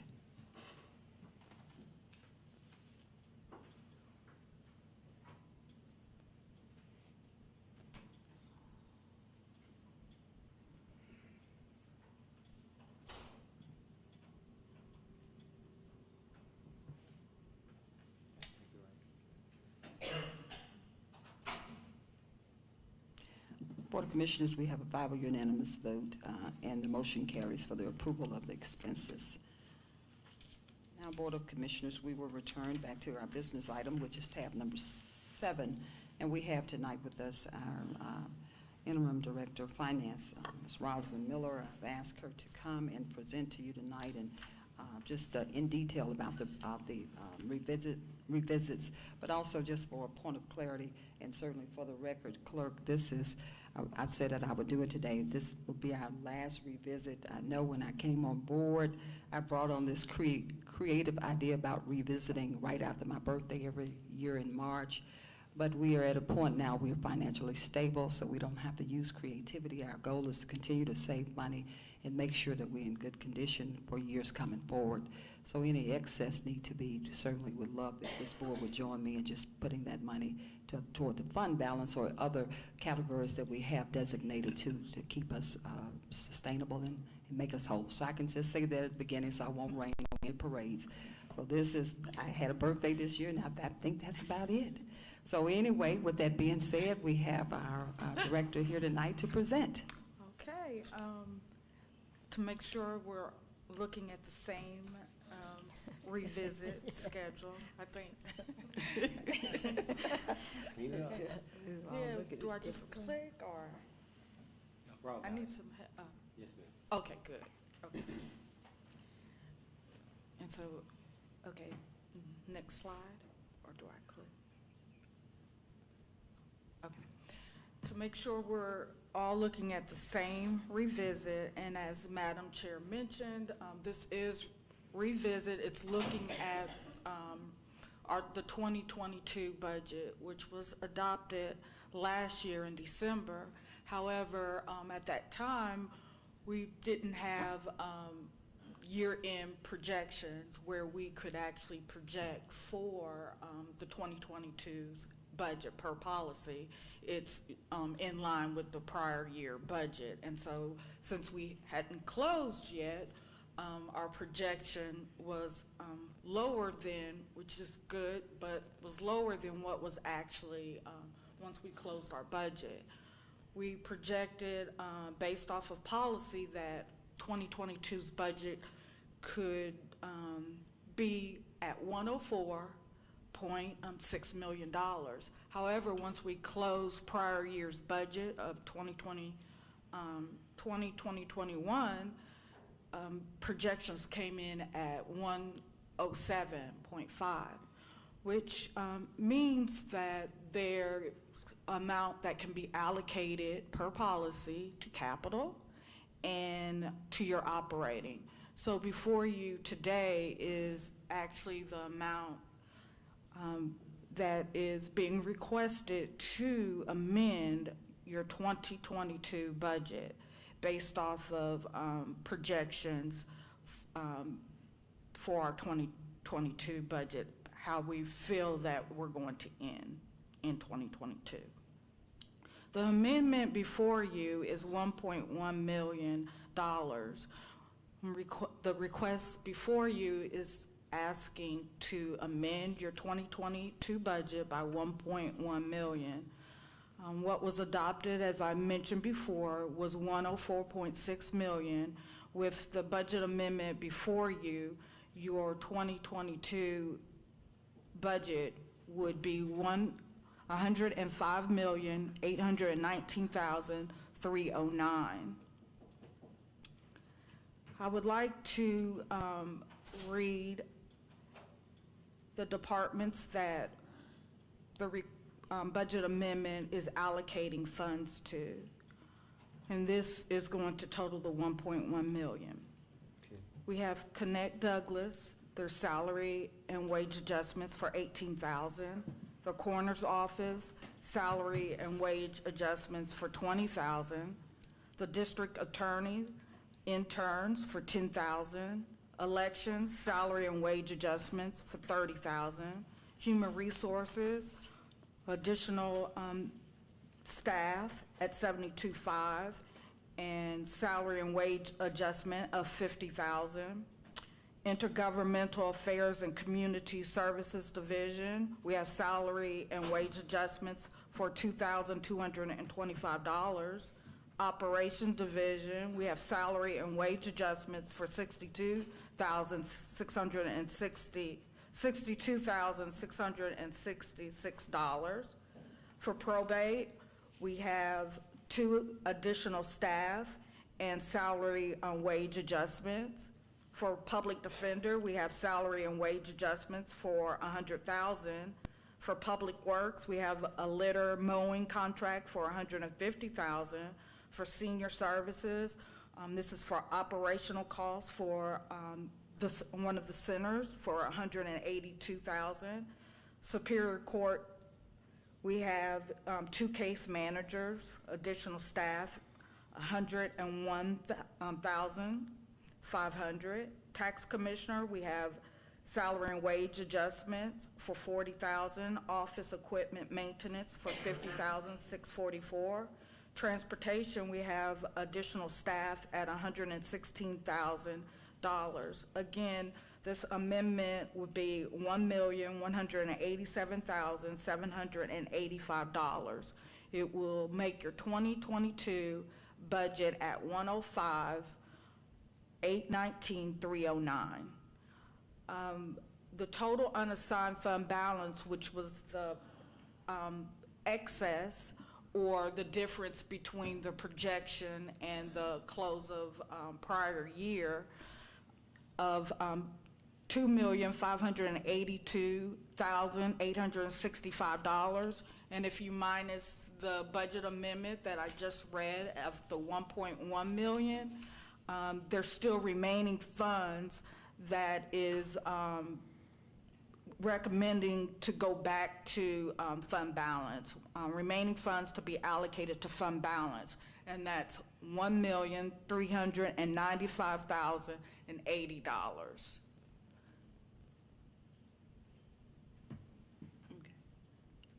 Are you complete? Are you finished? Should I go to the other funds, or?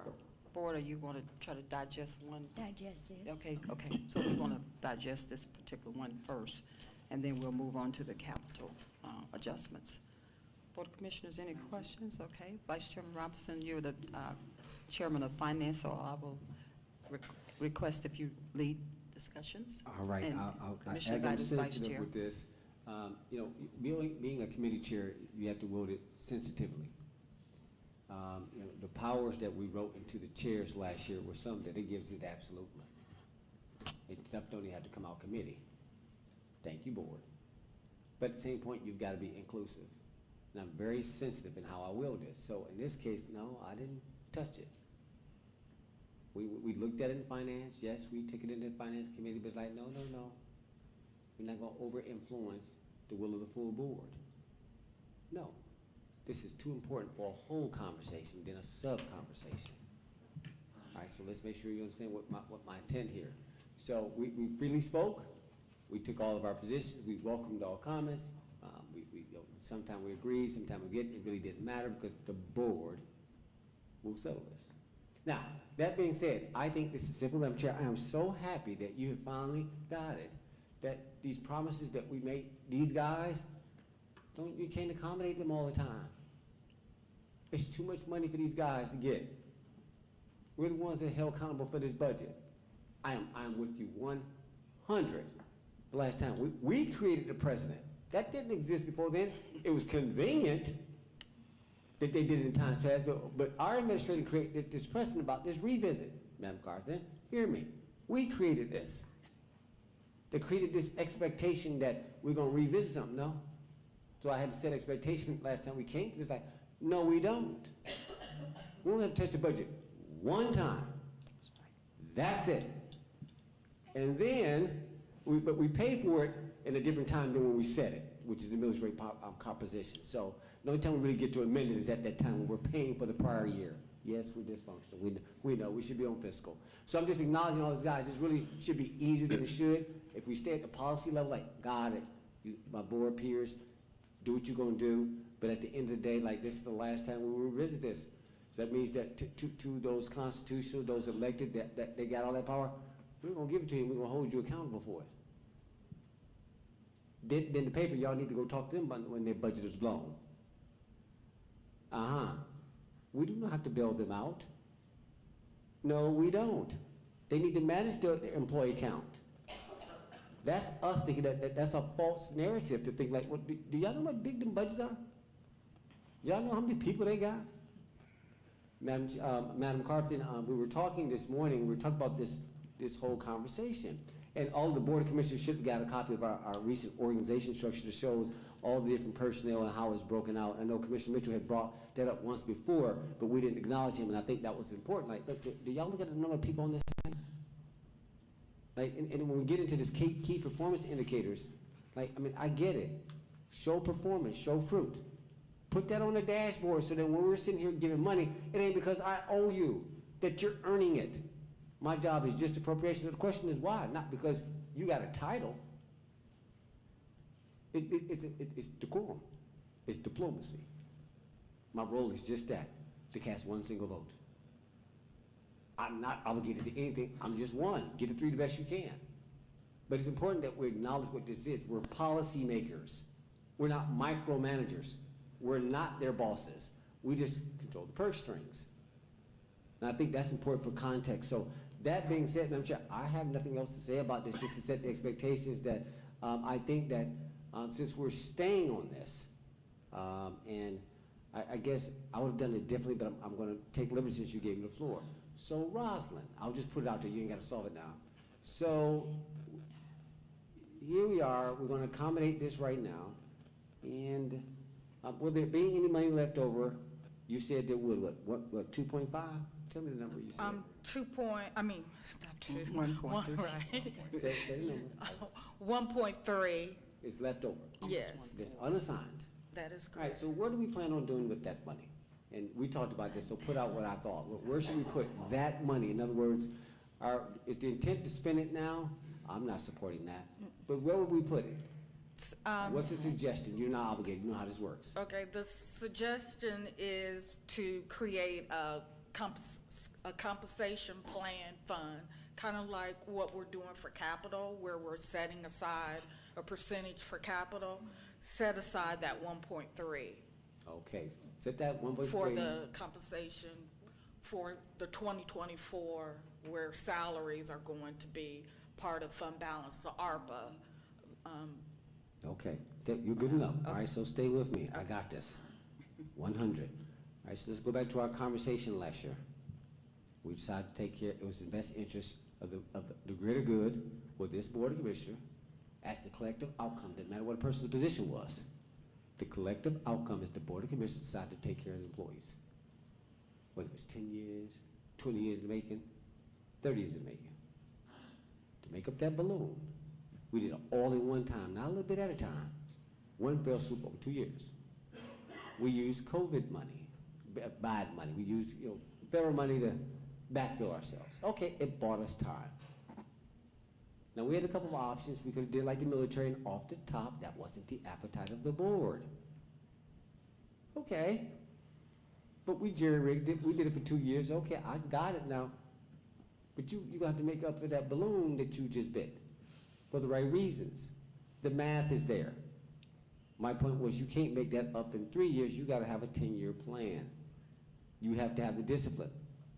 Yesterday's work session says we're in a very good financial position. We have no short-term debt nor long-term debt. The best moderate-sized county you can be without getting into having $12 billion in our, what they call us, $12 billion in assets. We only got $6 billion. We got a ways to go, guys, to get big enough to become AAA. But some elements of who we are is AAA. We're really good. We're at the top of the hype of this thing. The question is, do we have the discipline to set it aside, or we're going to act like new money? To go ahead and get ahead of this. So, seeing that we know that we need to set this aside, I'm not going to leave y'all in a bad place. When I leave now, if y'all mess this up, that's on y'all. But right now, talk to me, Rosalind. What would it take to scale this out, to make up, how much money are we missing? $4 million? What was the magic number for compensation? Yes. $4 million a year. Right. That we got to make up, $4 million. So how much are we putting against that? 1 point what? 1.3. 1.3. And how much was this total right here in this moment? It was total of what, $3-something million? If we put all of it into the if we didn't do none of this list. Right. It would have been 2.9. All right, $3 million. I make Yeah. it easy for the citizens. $3 million. Yes. 2.9. 3. Got it. We didn't owe anything. Nothing. We made a choice. We collectively here, not being political. It's the math. Right, so now we got to pay for this, which we know was for the right. Y'all think y'all got it tough. We got to sit here and carry this. We ain't got no law books. We ain't got stuff to make reference to. We got to process all 64 functions of local service government. Right, so I take this serious. Right, that I hear you. But I like the word that Madam DA mentioned, it's about equity.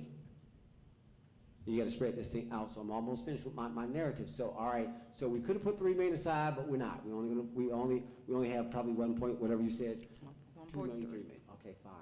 All right, so then how long would it take, do the math, but we run this out, what would it take to make up for that, assuming the new growth and all that's coming in year by year, to get to a place where I can deal with that $4 million clip? Okay, your digest would have to be 5% or higher increase. Growth. Right, growth, Yeah. every single year. Okay, take You it would also have to be able, your budget would have to remain the same, would have to be flat or a less of an increase than your new growth. So it would have to, your budget would have to increase less than 5%. Understood. Makes sense? And if you, one of the options, like I mentioned, that we're currently taking 25% and allocating to capital. Well, if we cut that 25% in half and do 12.5% for capital and 12.5% for compensation plan, that would help too. But I took the approach of this budget. So how much would your capital be if we took that approach? Instead of 25% for capital, but 12.5, it would only be 1.8% for capital. And you would be setting aside 1.8% for the compensation plan. Go ahead, 1.8% or? 1.8 million, I'm I sorry. thought so. Yeah, I'm sorry, 1.8 million. So that gives me 3.6. 1.8 and 1.8 is 3.6. Right. So that means I'm $400,000 short. That's for this current cycle, right? Right, For this if year. we did it, if we used it here, but also in your financial policy, you're increasing your minimum, your fund balance minimum each year. So next year, right now, it's 12% of your budget. Right. Next year, it's going to be 13. I think I have. That's right, 13. The Yeah. final year of when this all kicks in, we'll be at our max is 14. Exactly. And so with that, that means that your minimum is a lot higher. And if your fund balance is not increasing, then, right, you're going to be at that minimum. All right, so now let's bring this forward. So what is the step forward? In other words, based on all those assumptions, we get it. This is not an epiphany moment. You have to take a position that says, okay, but what are you going to do? So we came up with a scenario, and what was that before you left? And that's what I've mentioned about breaking half the capital and compensation, let them share. Like, just as I mentioned, and when I go over the capital, remember it was a $3.7 million for capital, but I recommend that you cut it in half. All right, so you recommend you cut it in half, and so And give over half to, well, over time, time- Yes. let's take this approach, 5% in your growth. Yeah. That means you'll generate, if you cut it in half, about 2 million. And let's say if your budget stays flat, Yeah. and your fund balance does too, that means it'll be about $2 million each year. All right. 2-year year. And it's 4 Going million. into, and I'm just talking about the compensation part of it. but Stay there. yeah. That's where we gotta stay at. Don't move it. Listen, you're $4 million that it costs you. Yes, And we can do $2 million per year for the next 2 years, just based on this model alone. right. That means that in that third year, you're short back, you're still short. So how long would it take to extend that?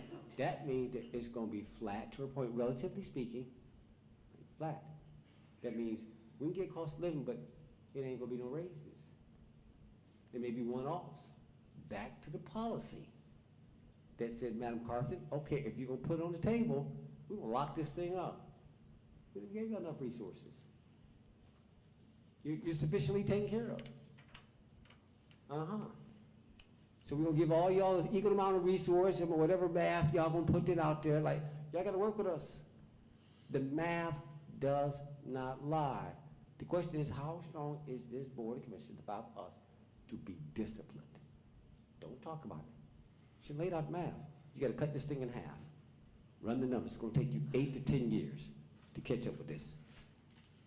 Now, you can do your one-offs. That means those who get promotions, all those things, you're gonna have to earn it. Ain't no spotting just because, no, that era has passed. It's time to now, new day. I know yesteryear used to be like, I get it, but now it's a little different animal. So that's the truth. I just want to lay down, we're going to pause here, let everybody weigh in, let them think on this. But the math does not lie. Now, you can do nothing tonight, or meaning you're going to do something, but the point is you do nothing about that long term. I don't care what you pick as raised line items, but it must be conditional that you're going to deal with this long term, what we just made a decision on. That's all I ask of my peers. It says it's both.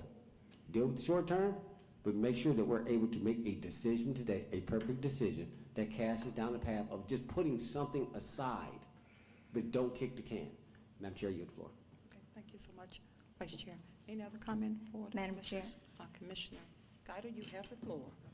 Okay, Rosalind, you did not share that, what you just said, in our Finance Committee yesterday. We were talking about setting aside 25% for the compensation fund. Right. And leaving the 25 for the capital outlay. So if we set aside 25% in subsequent budgets, did the lights go off? Yeah, he made a mistake. Okay, so if this right here, this revisits, is done tonight, okay? Okay. I'm just taking the it's really 1.4 million. Yeah, okay. And then next year, when we set the budget, we have 25%, which amounts to about 4 million based on this Right. digest and Right. everything. So the payment for the raises that we just gave, the 10% for public safety and the 5% for the other, it kicks in on 2023. So we're gonna 24, yeah, because it's paying 2 years, it's paying for this 24, year. yes, Yeah. okay, Yeah. okay, you're right. Because, well, we gave a raise, wait a minute, we gave a raise is in place right now. That's right. So, we're going to have to pay for it in the 2003 budget, aren't we? No, it's for 2 years, so we're paying for, ARPA's paying for it in 2022, ARPA's gonna pay for it in 2023, and then general fund is gonna pay for it in 2024. Okay. So it'll be actually part of your general fund budget. But if we put the 25%, like we talked about yesterday, and I thought we agreed upon the 25% when we were talking about it yesterday, we would have a pretty good piece of the pie to pay for part of it. We'll be probably around 4 million short. Yeah, so you're saying No, 25. The 10% is, Well, remember the allocate, and we haven't went over the capital yet. So remember, we've already allocated the 3.7. And, well, not already, but if the board votes for, when I go over the capital, then the 3.7 is already allocated to actually capital. So the only thing you have is the 1.3 or 1.4 million. for the compensation. That is correct. Okay. But I know where Commissioner Robinson is coming from. In other words, the raises are going to catch up with us. The raises that's being paid by federal funds is going to catch up with us. It's just like the bus grants. When the grants run out, we got to pick up that ticket. So we did talk also yesterday about doing away with this revisit, because a lot of items on this list were never in the original budget or request to begin with, and they should not, some of these things should not be even being considered, because at the last, even one of them was like 2 or 3 weeks ago, came up and asked for something. And it's on this list. That's not the way to do a budget. You touch the budget one time, as we've talked about. And so we do need, if the board wants to address this list, we need to go down the list and scrap some of them. But some of them, one of them's an error on the part of whoever misinterpreted what was said. But I remember distinctly what was said. It's on camera, and they were not given what they had requested that was needed by all the judges. So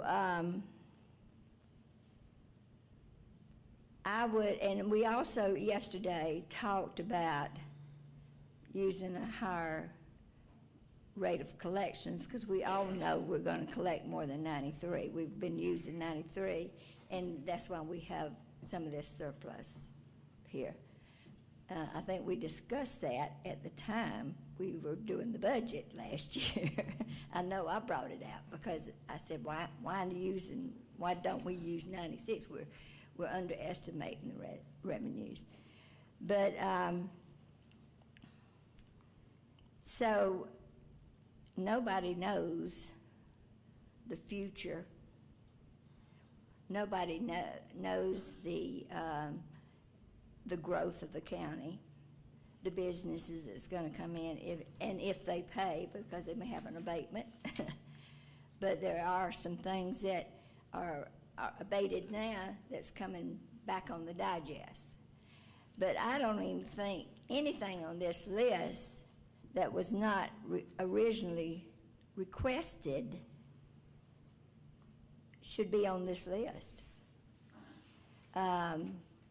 But we need to change the whole process, get back to normal budget setting, and have one budget, and don't readdress anything. And then you're still gonna have the funds come back at the end of closing the books, because a lot of the, I think it was like 5-point-something% of the expenditures were not used. Is that not right? It was about $3 million, is that? That is correct. Okay, so, and we always have some left over. And kudos to our directors and our managers for that. Yes. But just because we got left over doesn't mean that we got to give it away. And I tell you what, it's like a bunch of kids coming forward. Joey got this, I didn't get this. And, they think that money's theirs, and it's not. It's the taxpayer money, and we've got to look at the future. We can't look at just this year's this year's budget. We've got to look at, as we're talking about tonight, when all that, the raises that's paid by federal funds now, but then, the second year's not gonna be as much though, because we gave the 10% this year, right?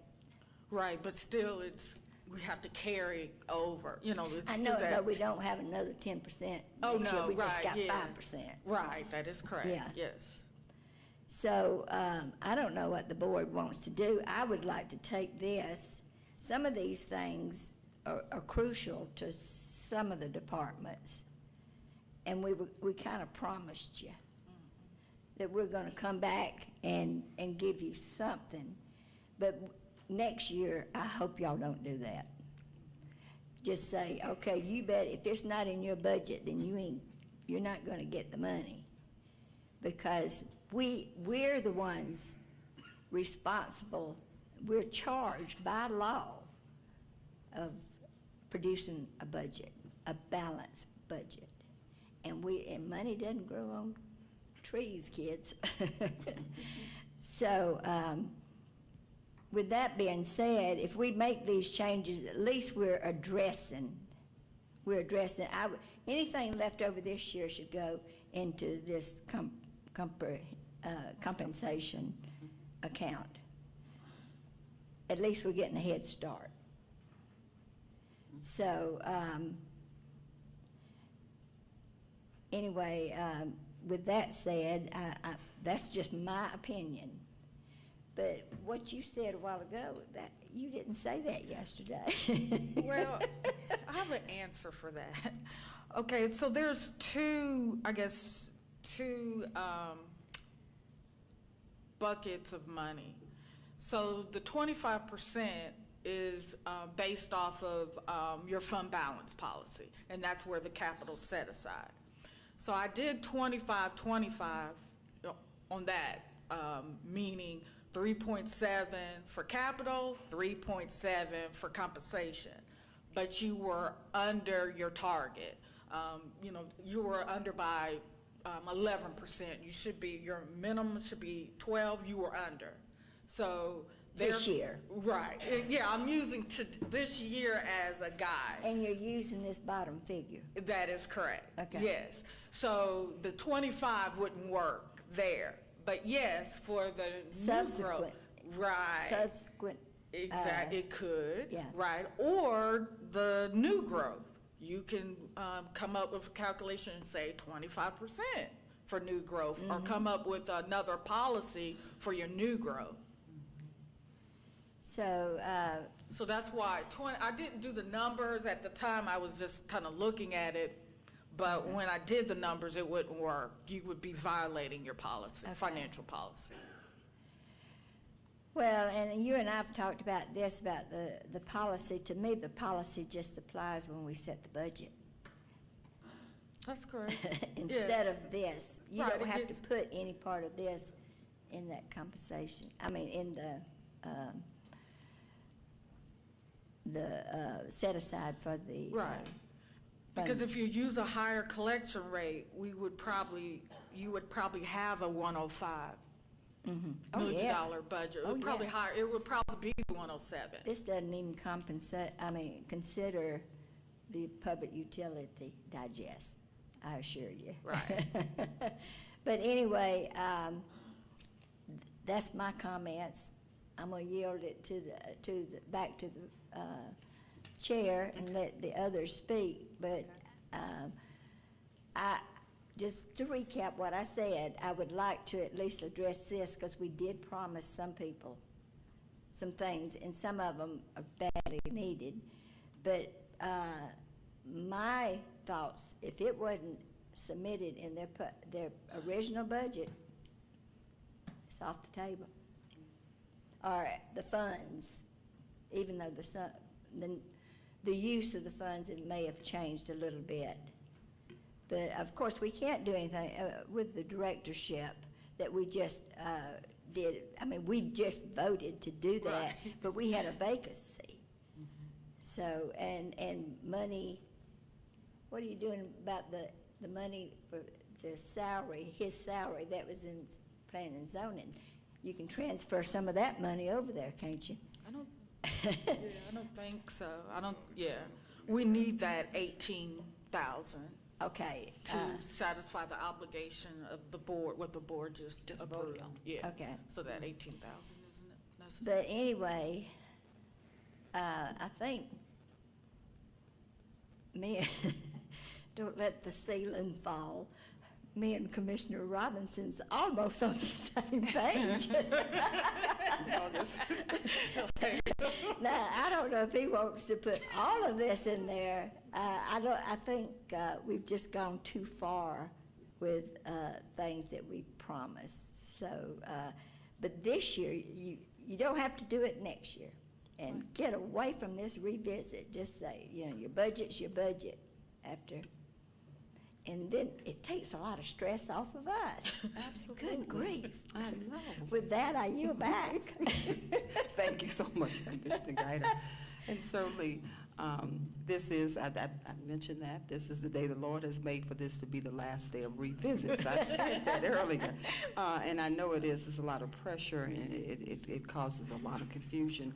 But at the same time, I do not want to dismiss the fact that when this initial, we've had several iterations of just this budget that have, the BRRs, the list have come before us.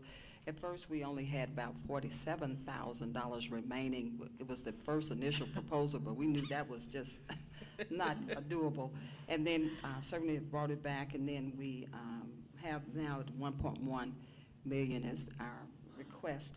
But I don't want to dismiss the $435,000 that the DA really was gracious enough to say, you know what, I don't need those 6 FTEs. Well, I thought that was she reduced it down to 10,000, which yeah, she did, which was excellent. And then, of course, our the funds were there, though. legal services did that as well. Yeah. So I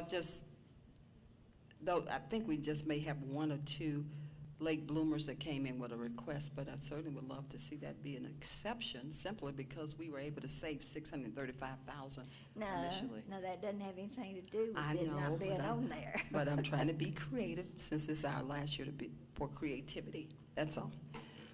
Certainly, Commissioner Mitchell, do you have anything to add? I'll just add just 1 or 2 things, and Rosalind, great job on this, but just for clarity.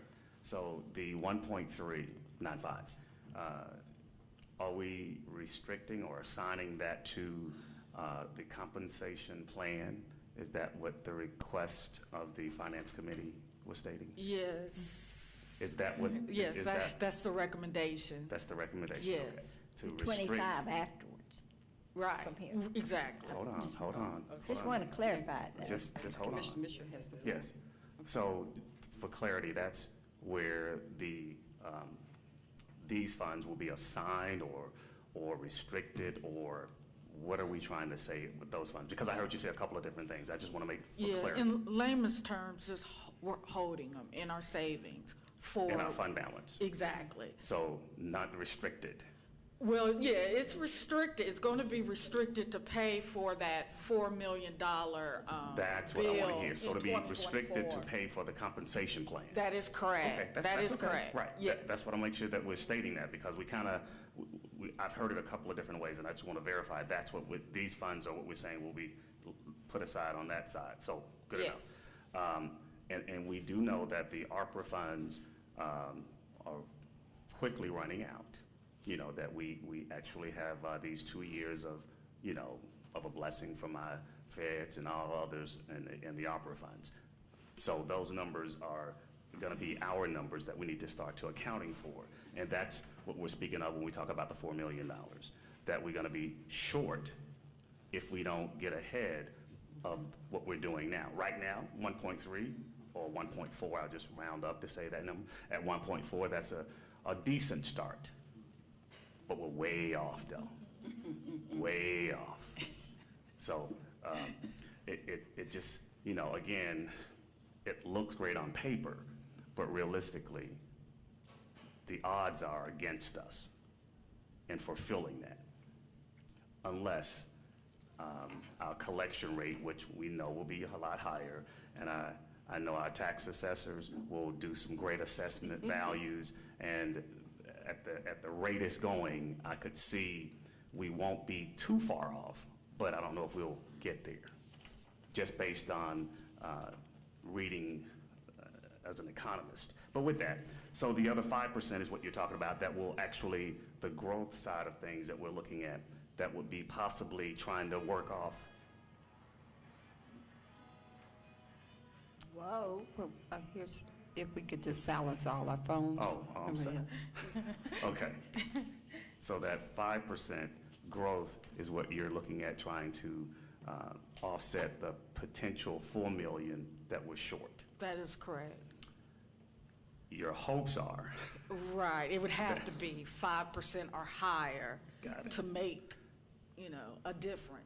But your hopes are new growth, assess values. We're going to bring in these great companies to offset this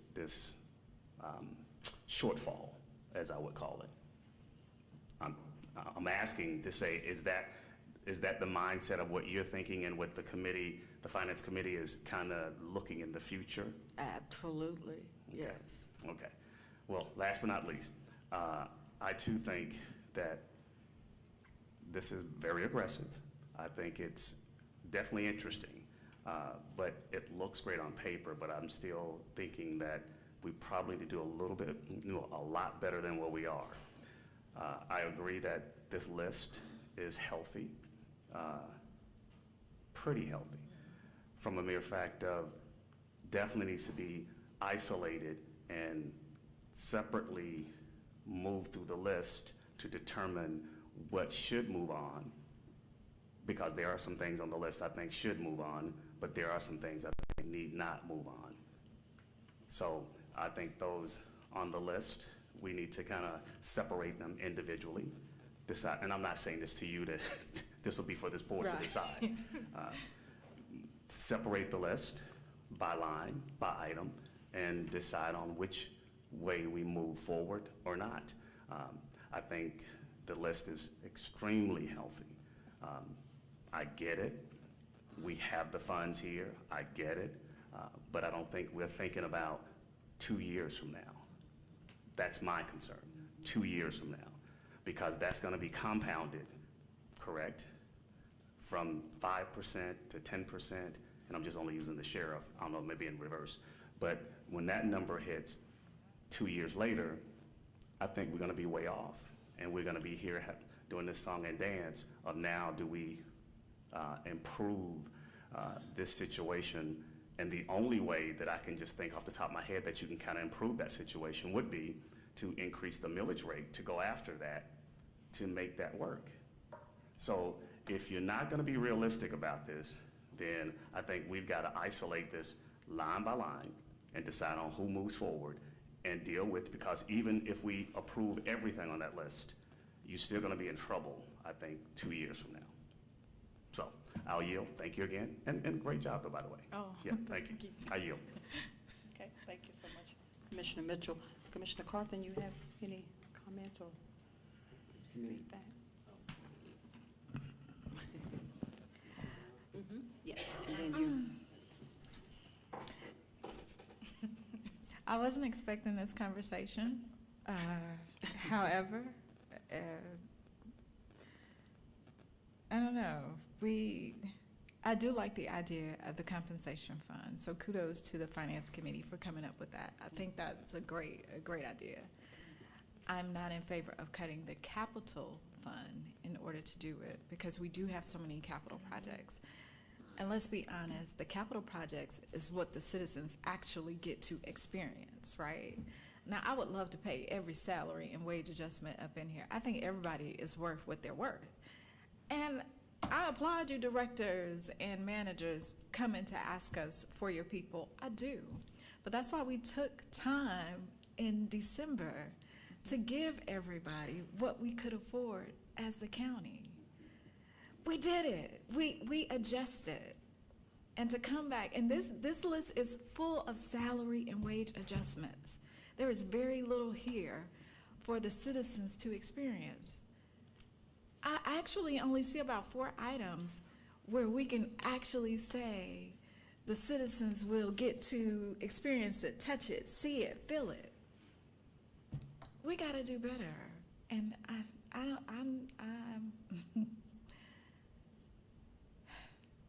I'm with Commissioner Mitchell. I think we should go down the list. And I don't like to do that because I don't want to isolate any department or anything, but in order to be fair to the citizens and to us as a board and to all of you department heads, because we know that there are going to be some real operational costs that you are going to incur that is just going to go up because inflation is going up. So the cost of doing business in this county, from getting the mulch, from getting the dirt, for the concrete, everything is going up. And we got to foot that bill. So in order to do that, we can't just keep giving salary and wage adjustments. On top of that, I don't think people realize, I've been consistent about this. I ask for my judges and others to bring us contract workers. Why? Because then we don't have to pay the other benefits and the other taxes that go along with that.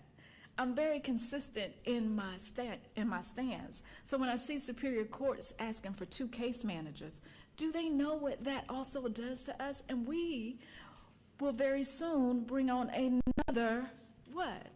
We're going to bring on another judge and another court who will then also have their staff and the operational costs to go along with that. I would love to give you 2 case managers so that they can just work under you. But our Superior Clerk already told us that she has that under control. So why are you asking for us? Some of this stuff just does not make sense. So yes, let's go line by line. I am not in favor of cutting the capital transportation budget. I think some of the costs that we can glean from this list, cutting this list down, will allow us to put more in the compensation fund. That's my thought. And with that, Madam Chair, I yield. Thank you so much, Commissioner Carthen. All right, Vice Chairman Robinson, you have the floor. Yeah, I just wanted to clarify a couple things for both my peers on the end about what the Finance Committee did and didn't. My opening statement is that we did not make a recommendation for this moment right here. Take your position. Take your position. Now again, I'm okay with, you want to go down the line, it's probably not going to be very nice. But it's going to be what it's going to be. If they all get it, they need to get it. I'm a simple guy. They all get it, but they need to get it. But for political reasons, we got to do what we got to do. I got to respect and be inclusive of my peers' thoughts. But as it relates to the long term, I'm okay, whatever you set aside, pick a number. You will get there, just like we got through our last issue. Be disciplined. I told us, no, you're not going to make that in 2 years. I showed you a 10-year model. No raises for 10 years. Did you hear me? I'll be gone. That is the path that we're set upon. We made up 30 years and a 2-year period of time.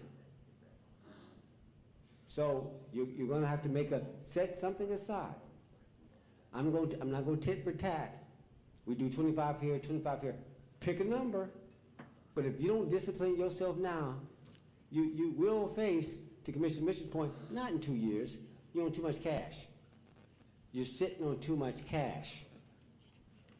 You're sitting on too much cash. You should not have to raise the millage rate when you're sitting on 33% and a fund balance of 49%. Like, you're not using no TANs. Like, okay, well, you got to do what you got to do, but I don't want to send the wrong message about what the intent of the Finance Committee was.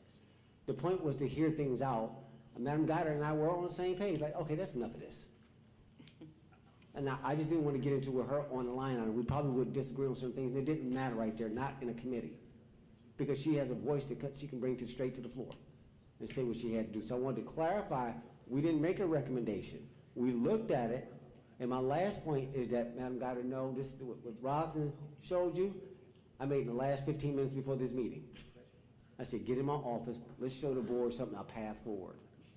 That's what that was about. In other words, because I don't want to be here right now where we are, where we're going to cut this list out, but we're not going to take any action to discipline ourselves over time.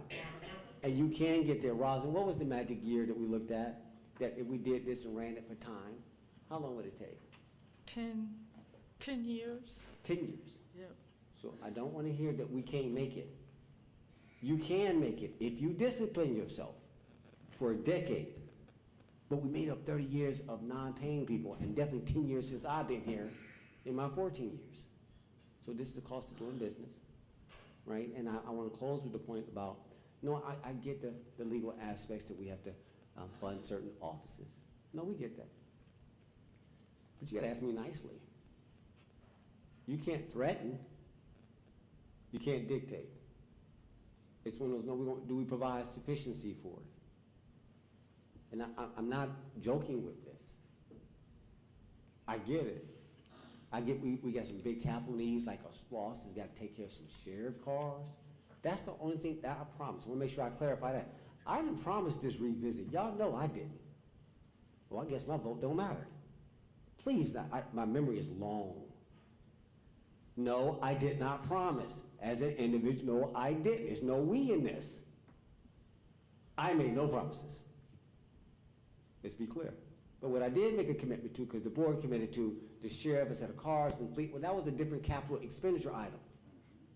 That's what that was about. That's what the board did in their resolution this time last year, as a matter of fact, 85 million. But we know we couldn't get there. They got to, so sheriff, we get it. We guys, we get it. We get the big guys. We get the big guns. We respect them, but it's look at you're not the only person in the world. Like, we just not floating around you like you the sun, we're a bunch of planets. Like, it doesn't work that way. So our job is to sit back here and look at across everything.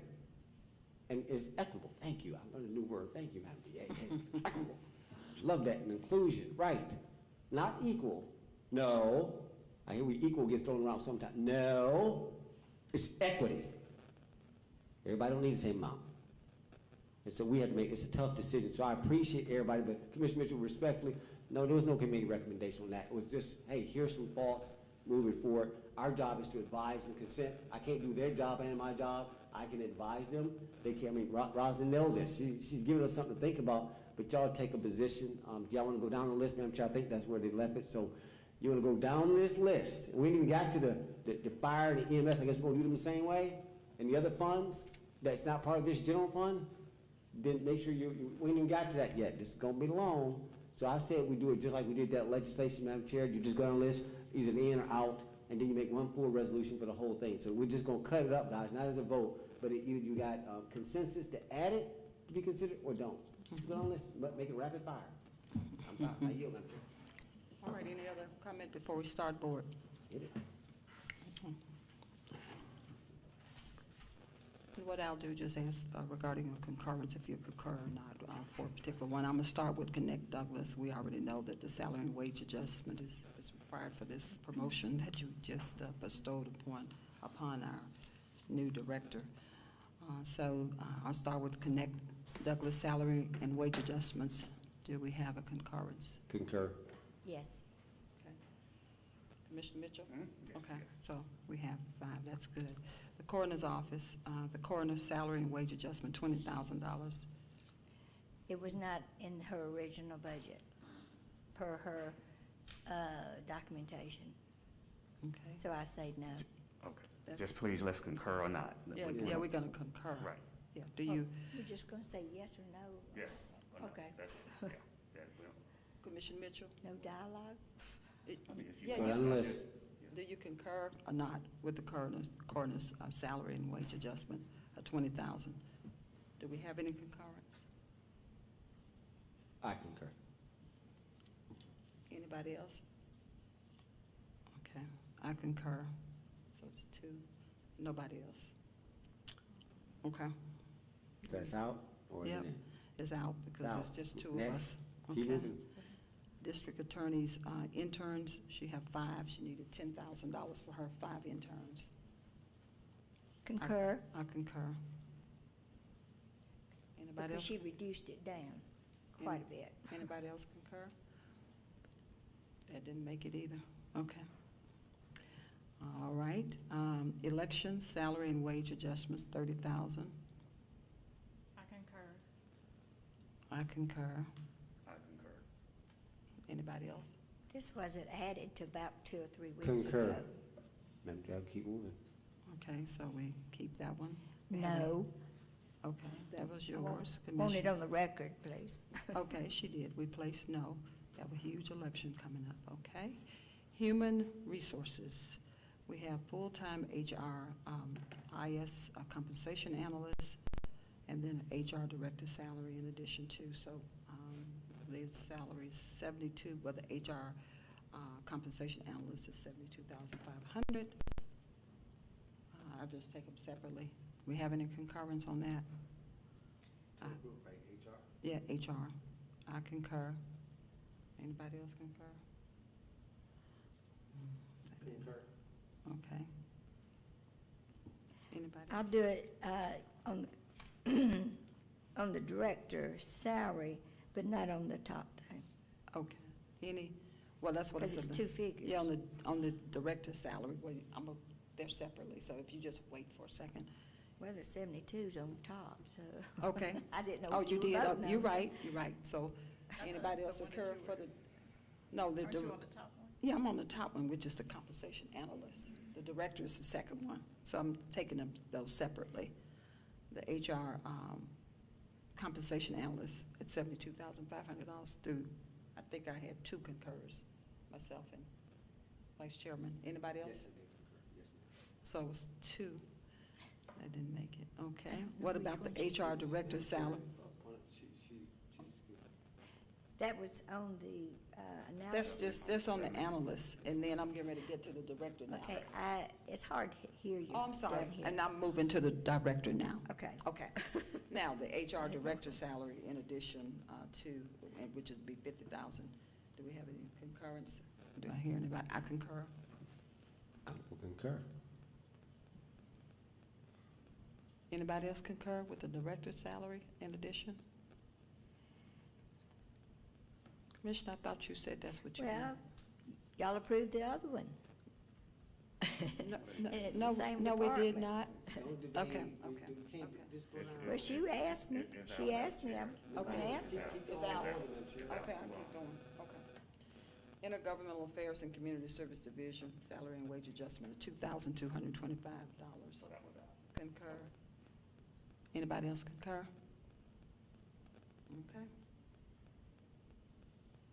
Operations Division, salary and wage adjustments, $62,666. Anyone Say occur? that again, what's that one? Operations Division, salary and wage adjustments, $62,666. Do we, any concurs on that? Any concurs? Okay.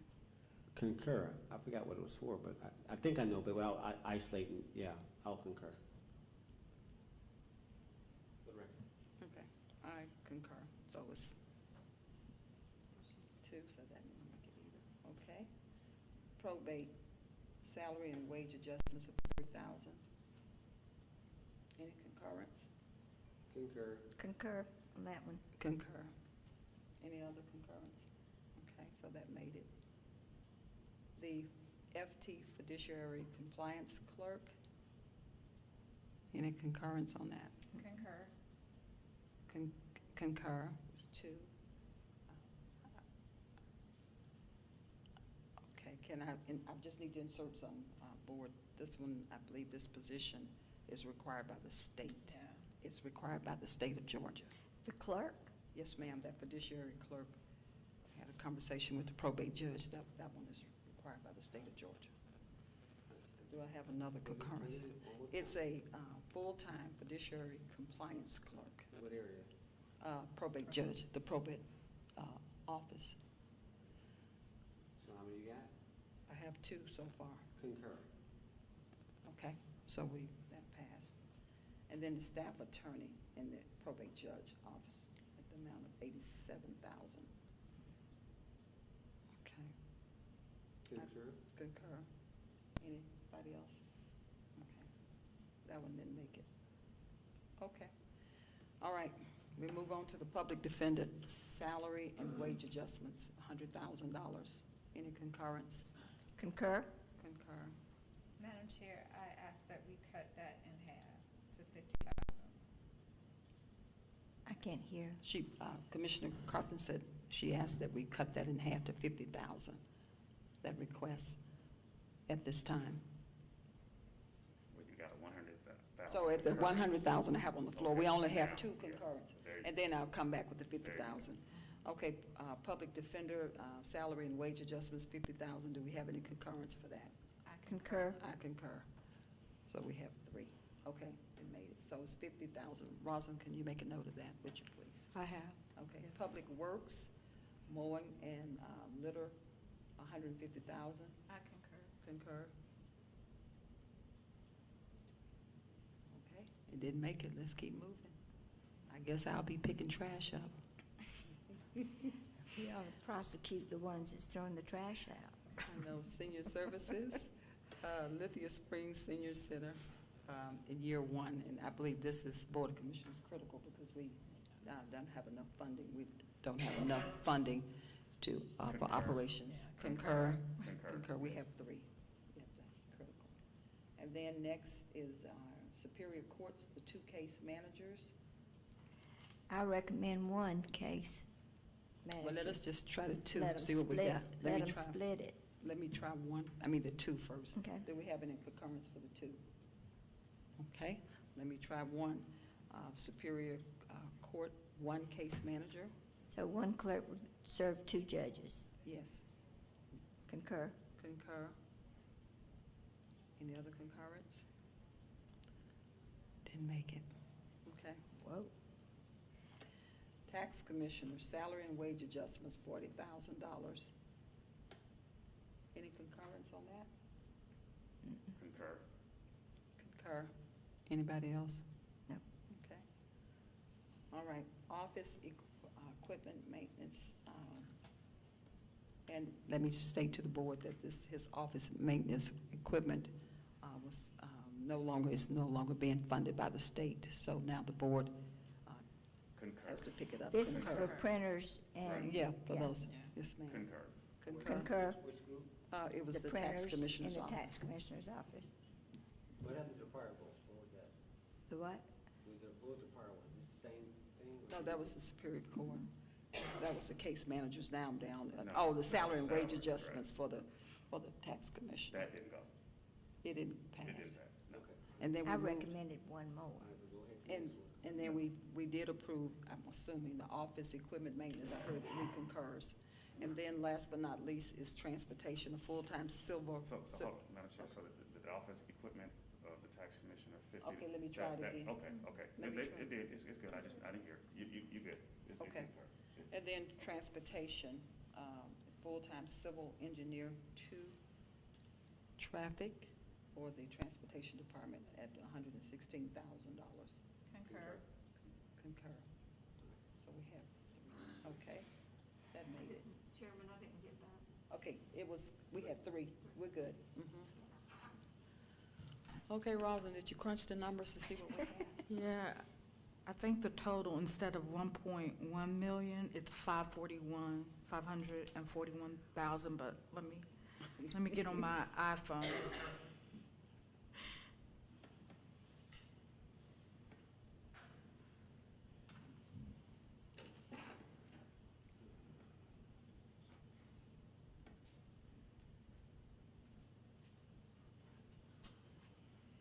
And then just for our citizens, I know that, and while she's crunching the numbers on that litter mowing contract pickup, that $150,000, just wanted to assure you, we do have a plan in place, and our deputy county administrators are working on that now. We do have some funding available to allow us to have some. This was just an added amount just an added layer, and certainly, so I just wanted to assure you and give you all full confidence, we do have a plan in place for the litter. And then I'm going to be asking our citizens tomorrow to Did the join my last one conviction pass? about litter. Pick up tomorrow as I'm in my state of the county. That For is, the transportation department, did Yeah. that pass? yeah, it did. Okay. So I'm just trying to She does it. buy some time for Rosalind. Thank you. See, when I'm talking, she's, I know how the directors like me to do. They say, Madam Chair, stall. So anyway, with that being said, I just want to assure our citizens that the litter, we are not going to certainly pull back on our mowing and our Okay. litter. In fact, we will have some mowing that start this week, I believe. Deputy County Administrator, can you just talk about our mowing that we have coming up? Hopefully this week it starts, right? It does. It actually starts on Thursday. Yellowstone will be doing one cycle for the county, and as we move through the RFP for a new contract for mowing and litter pickup. So it'll start on Thursday. Yeah, okay. So the show will go on. Okay, Are you ready? I am Okay. ready. You're prepared? There you go. So Amendment 1 will be $541,894 $100. Remaining funds to be allocated to fund balance is $2,040,971. 2,40,971. To $2,040,971, Yes. correct? Okay, That gotcha. is correct. Board, that will be returned to whatever source this board deems this money needs to go to, whether it's compensation, capital, or just plain old fund balance, okay? All right, we'll move on to our next item. Just one Wait, Madam Chair. Okay. You have the floor again, Finance. Wait a minute, both of y'all say at the same time. Who wanna go? Go ahead, Commissioner. I would just want to just make sure that Rosalind, when you get a chance, can you put those numbers in a spreadsheet or whatever you got here, so we can kind of see exactly kind of what that really is, as opposed to, I know it's kind of all over the place, and I know you guys captured who did what and why, so. So, if you would though, just, if you would just clearly identify what that is and share it with all of my colleagues and myself, so we can kind of see that number, and even once we go through the other numbers as well, so we can kind of see that in writing, what that last number, that final number was. If Okay. tomorrow, not tonight, if we can. Right, that's fine, that's, no, not tonight, no, I'm not asking for tonight, no, but I just want to make sure that we really, get a real true snapshot of what made it, what didn't. Oh, definitely. And what the real bottom line number is. Yes. Yeah. Thank you. Yes. Yield. Okay, thank you so much, Commissioner Mitchell. Vice Chairman Robinson, you have the floor. Yeah, thank you, Madam Chair. So let's be clear that we're talking about reoccurring revenues and reoccurring expenses. And just dropping it into the general fund, it dissolves it. Right, so this is, it gets lost as far as it just sits there. So, it's, sometimes we think things from the general fund, we think that, well, it's not reoccurring revenue to match the reoccurring expenses. So I'm with you. You can just put it in you got the capital bucket, you got the capital transportation bucket, you got the contingency bucket, you got the compensation bucket. I don't care what you call this bucket that we ain't figured out what it is yet, but it's important that you isolate it. No, guys, this is reoccurring revenue that we have just chosen not to do nothing with, so that it will always match. Because you throw it into that general fund, then it goes straight to the bottom line and it gets lost. So I need that isolation, please, just as a marker. That's my first point. My second point is that we did talk about the powers associated with these, our peers who are elected, the non-5 of us. We know we got our budget. We know how we stack that. We're talking about the constitutional officers versus other elected officials. We had this conversation. Now, this is something that we just came to a concurrence with. We didn't vote, but we recognized that we knew the board needs to weigh on this. And County Attorney Pay, I need you to get ready to weigh in on this, which is when we give the budget to what we call the constitutional officers, and we're not going to debate this, we're just going to take a position, which is, okay, right now we know it's the probate judge, it's the tax commissioner, it's the sheriff, and it's the Superior Court clerk. That's what we've known, that's what we're trained at ACCG as far as what they are. Everybody else is not considered those 4 powers. With those 4 powers, with state law, well, once we give them the budget, they can move it around how they want to. So while it's been stated, it may be codified up at the state, my point is, guys, let's be clear, because you have some that don't understand their powers versus others, and there's inconsistency, and the administration doesn't do a good job in supporting it. And when they do, they get convened on who they're going to support and let through and not let through. I'd like to have clarity. So, County Attorney, can you weigh in? Because once we clarify that, it says, okay, you guys in the Constitution, you got your budget. Handle it. Now, as it relates to everybody else, you have line items. You can move within your line items, but you can't touch that salary to Commissioner Carthen's point. Where you going? No, you can't. So let's clarify what we're saying here. So a lot of stuff we shouldn't even have to go through. I shouldn't have to struggle with this. This is the policy. You get 10 people per year. You got your budget. You big guys. You blow your budget. The public should be on you. I don't have to bail you out. I'm not your boss.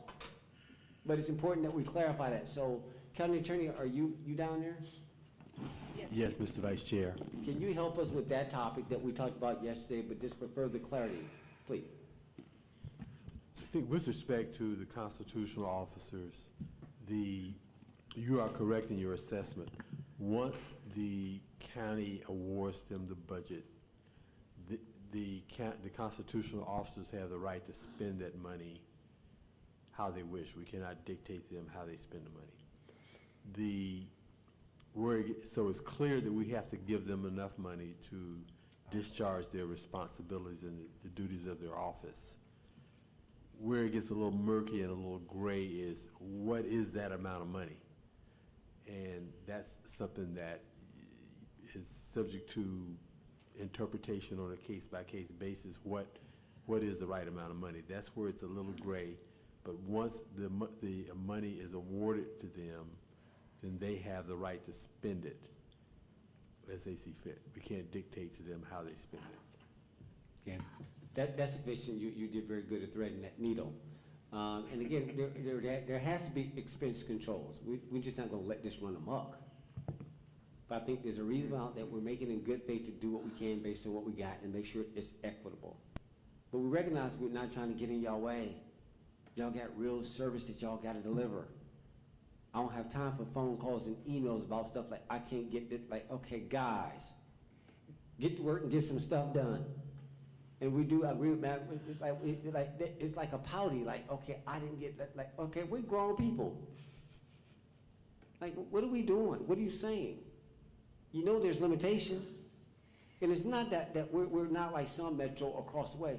We've done very well, guys, to do well by our colleagues. Sometimes the spirit gets where it gets to, and people start acting like, no, you can't make all 5 of us now. And so sometimes the narrative's like, but we'll do what we can to accommodate. But that it is a case-by-case basis. So, County Attorney, are we required then, right now, well, hold that thought. Rosalind, what is our current policy on how we handle this today?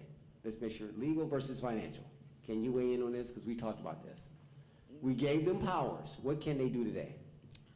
Constitutional officers? Yes, ma'am, and then go to the other guy. Constitutional officers, they can, as the county attorney mentioned, once the board allocates funds to their budget, they can use the money as they see fit. Okay. They can move lines from salary to general supplies to salaries. All right, there we go. So let's be clear. Those 4 that we're in there, we just articulated.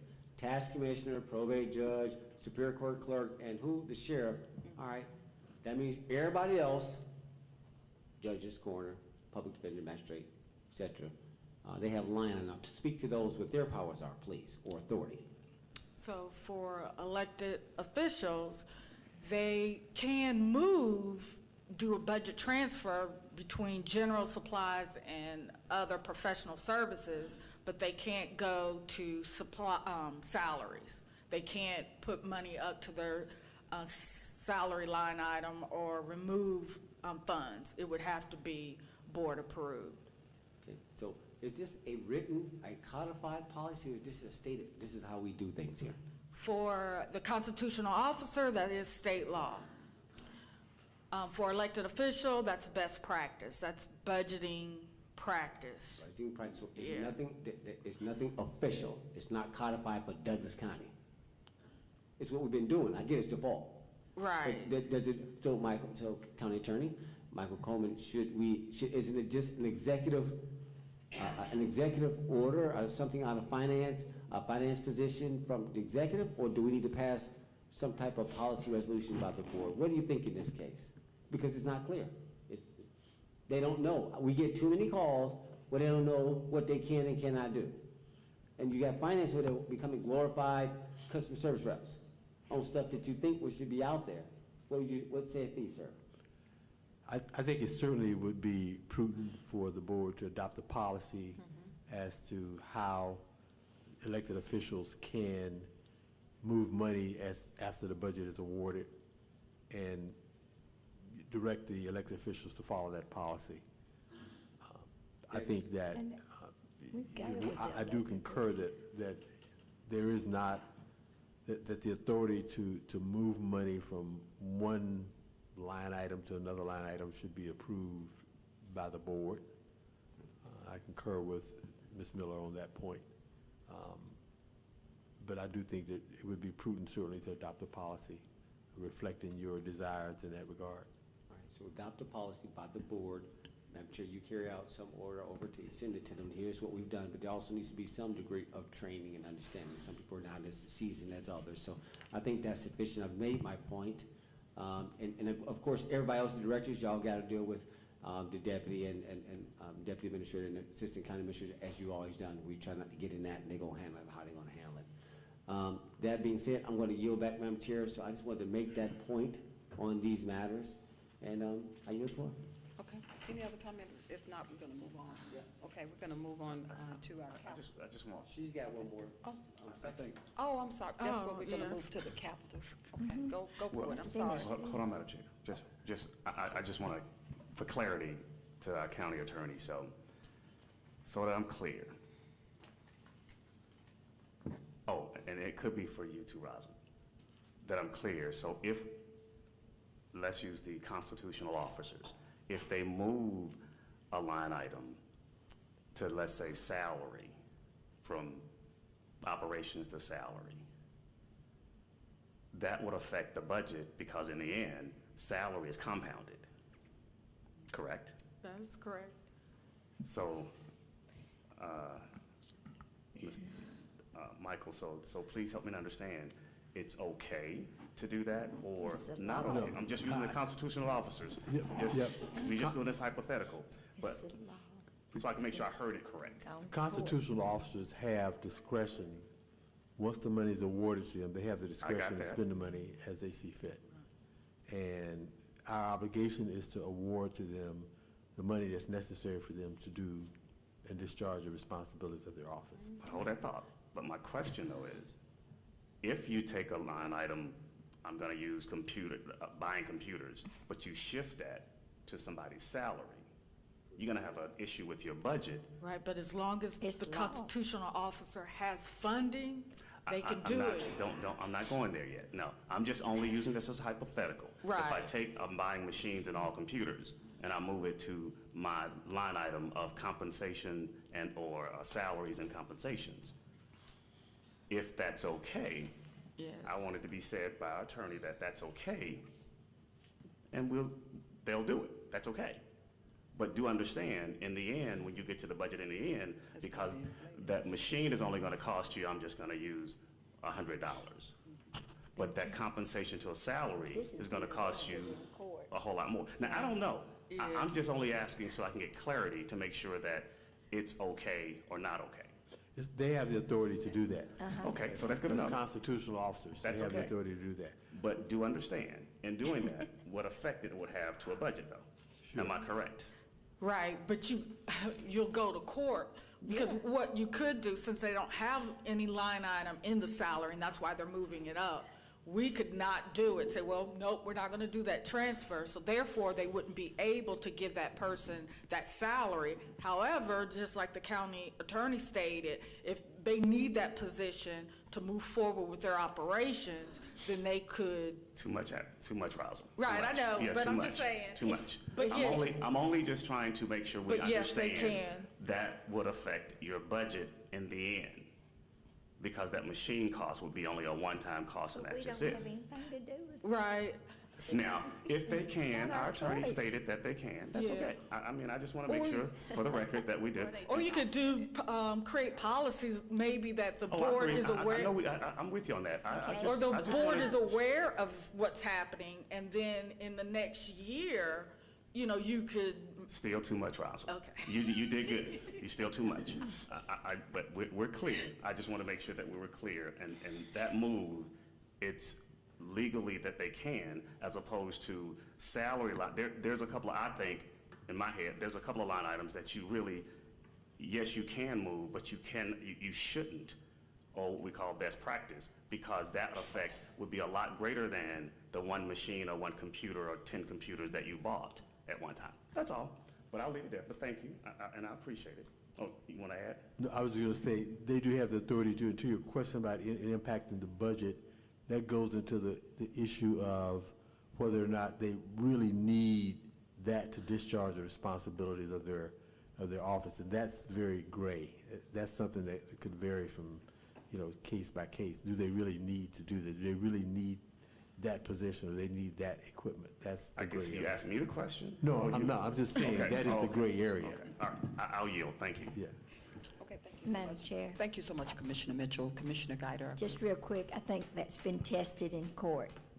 So we don't have any say-so about the constitutional officers about that. So I yield back. Okay, thank you so much. Madam Okay. Chair? Vice Chairman Robinson, you Just have for the floor. clarity, now, this is important, and it's duly noted. I'm always careful not to say we or our in our understanding. I'm very clear on what I was saying. And I very understand the impact of it. And so again, it's about holding people accountable. You blow that budget, yeah, we got to address it, but now you get to be out there in the public domain. You don't get to hide by stuff that we cover so much. It goes deeper than just that. So in other words, then that makes us come a little bit more to work toward together. We let it go off the cliff. Well, manager, you grown, you sophisticated. We're always flexing. Okay. But I'm with Commissioner Mitchell. It's worth a debate once we get this cleaned up. Because as I asked, bring something forward for us to look at the local. If y'all want to put some exceptions on there or some type of overlay, expense control, I'm sure David Corbin would highly recommend. You may want to consider, we know it, but you can. And so if we as a board choose to, we can. I'm not going to do nobody else's job. I'm not going to advocate no more. Like, okay, I hear you, but again, we go round and round about things like, okay, guys, what are you going to do? But we need to get out their way. No more do we want them to come up on us about what we do our job. We don't want to be in their way. Give them the power, get out the way, and let's get on what we got to do. But please, I want to be clear on what I asked for the county attorney was to codify the role for the constitutional, even though it's state law, bring it local like we did everything else, from the Sentinel to anything else. I want it local, Douglas County eyes, as well as for elected officials. As that comes forth, if my peers want to bring different versions of it, they want to debate it, they want to, fine. But thank you. You got me, County Attorney, what that request was. County Attorney? Yes, I understand. All right. Okay, Madam Chair, let's get on through. I yield. Okay, thank you. Rosalind, let's move on to our Just next. constitutional officers. Our next item, topic is Okay. the capital No, uses, shouldn't be both. expenditures, and adjustments, please. Okay, the next, I don't know if y'all could, okay. So the next is the capital fund, and this is a totally separate fund than what was discussed earlier. As you recall, at the end of December, the board did adopt a capital budget at $2.2 million. However, all the funds were not allocated. We received $1 million worth of requests, and development and planning for the DDS facility of $800,000. We have Parks and Rec for vehicle and Pumpkin Town amenities. And we have probate, a filing storage system, and transportation, 2 vehicles. Okay, I'll go down the list. Thank you. Board of Commissioners for our Development and Planning site for DDS facility is $800,000 value. Do we have a concurrence to move forward with that? Concur. Concur, so, okay. Parks and Recreation, we have a vehicle truck for $27,000. I concur. Concur. Okay. Pumpkin Town amenities, $100,000. I concur. Concur. Yeah, because we've been talking about Pumpkin Town as long as I've been in Douglas County. It's the same $100,000 that's been, you're correct, since I've been in office. Now, let me just prep your Board of Commissioners like I've done on some of the others. On the probate file and storage system, that's state required. Again, I've had engaged in conversations with her, met with her, so I concur, it's state required. I concur. Okay. All right, and the transportation vehicle F250 is a $55,609. That's for transportation. Do we have anybody to concur for that F250? What's this for? Transportation Department. I concur. Which one? Um, There's 3 of them. Is it, I believe, is it Director Valentine's department? Yeah, Yeah, concur. I concur. Okay. So that made it. And the vehicle Ranger, which is 45,000, it's a Ranger for 45,000. Same, it's still under What's the difference transportation. between the two vehicles? Bigger. One is, It's a 250 and a Ranger's like I one. concur. concur. We gotta have these. Okay, I'm sorry. All right, both of those made it, the vehicle 250 and the Ranger. Okay, so Rosalind, I believe Keep going. this entire list made it, correct? Yes. Okay. So I'm on fire. We're gonna move to fire and EMS expenditures and adjustments. Rosalind, you wanna go over those? Yes, and again, this is a separate fund, total separate fund, fire, service, and EMS, their fund balance, ending unassigned fund balance is $1 million. Their budget amendment request is $575, and this is for pay, incentives, uniform, supplies, and other professional services, so operations for fire, services and EMS. Okay. Concur. Well, This is a yeah, separate it's just fund. one, it's, Yeah, it's comprised Yeah. of all the professional services, Yeah. supplies, uniform, and pay incentives. Everybody, I concur, you concur. concur. So it passed, Rosalind. There's no changes necessary. Okay. Board of Commissioners, I believe we're settled. We've had an opportunity to review all three categories, and certainly, at your pleasure, this will be bundled up, and I'll call the question. Board of Commissioners, do we have a motion to approve the amended 2022 with the 2022 budget amendments, which are comprised of the budget improvement requests? Do we have a motion to approve this package? Can you just state the amounts, just for The the record? package is general fund uses, expenditures, and adjustments. The cap. Pending financial confirmation. We recognize that. Just for the record, please. Okay, those categories are general fund expenditures and adjustments, the capital expenditures and adjustments, and then last but not least, fire services and EMS expenditures and adjustments. Do we have a motion to approve? So moved. Do we have a second? Second. We have a motion and a second, Board. I'll ask as part of protocol, any discussion? If none, please prepare. We have the manual, okay. If all in favor, please indicate by raising your right hand. Okay, we have a 5-0 unanimous vote, and the motion carries, and there's no opposition. Okay, thank you. So that did pass. Thank you. And Rosalind, per Commissioner Mitchell's request, you will recalculate everything and then provide us with new information. Okay. Madam Special- Chair, Yes, Commissioner. I got a little confused a while ago when Commissioner Robinson was talking about the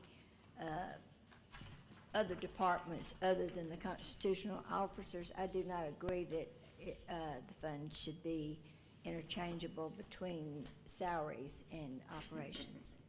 Yeah. So I don't know if anybody else heard that. He was talking about both the constitutional officers and the other departments. It's been the policy that they could not transfer out of salaries into operations or vice versa. Well, Okay. she talking about me? So I oppose that one thing. The other one, we don't have really a say-so about it, it's the law. Yeah, for the constitutional officers. All right. so You wanna again, respond? Yeah, just for record, one more time. That was an independent commissioner's request of the county attorney to bring something forth, legislation that I shouldn't have to do no more regarding this matter. Those were two separate things. The state law is what the constitutional officers are afforded, which is separate than the elected. It's just going to bring something forth for y'all to debate and determine if you want to overlay it. But please, there's nothing to vote against. It was just, it's no, I didn't want that. No, he has to provide me with what I need to bring to the full floor, and you can debate and add on it at that point. I want to clarify what that was. But I'm saying she's just taking a position, but I still need my work done. I want the county attorney one more time to get confused about when we ask, like Commissioner Mitchell gets what he wants from the finance director, I get what I need from the county attorney. Madam Chair, I yield. Madam Chair, All right. the- Commissioner what Guyton. he just stated I'm not even talking about the constitutional officers. That's state law, okay? It's been tested in court. We can't do anything about that. We can codify it. We can match the state law or whatever. But as far, I do not agree with going with the same procedure with the other departments. Yeah, and Commissioner, certainly this would be something we can debate when it comes forward, and that gives us something to chew on. But I do want to leave with a positive note that our directors and also our elected officials and appointed officials have done a phenomenal job doubling down on your expenses during the last 2 years. So thank you for that, because we, Rosalind, I believe we came in 5% under budget in 2021, and that's extraordinary. So that tells me, just by looking at some of the items that, the requests that came forth tonight, we really, again, I appreciate my peers. We really didn't need it because we just like recycling money. We had a 5% under budget. We're not spending it all, and I don't want everybody to become excited. Just, we need to pace ourselves. We're still in the pandemic, and even when we're out of the pandemic, we need to think, we need to be good stewards of the taxpayers' dollars. And with that being said, we have our announcements board, and then we'll close out. Rick Martin, would you please come forth with our announcements tonight, and certainly will. Thank you, Madam Chair, Board of Commissioners, and staff.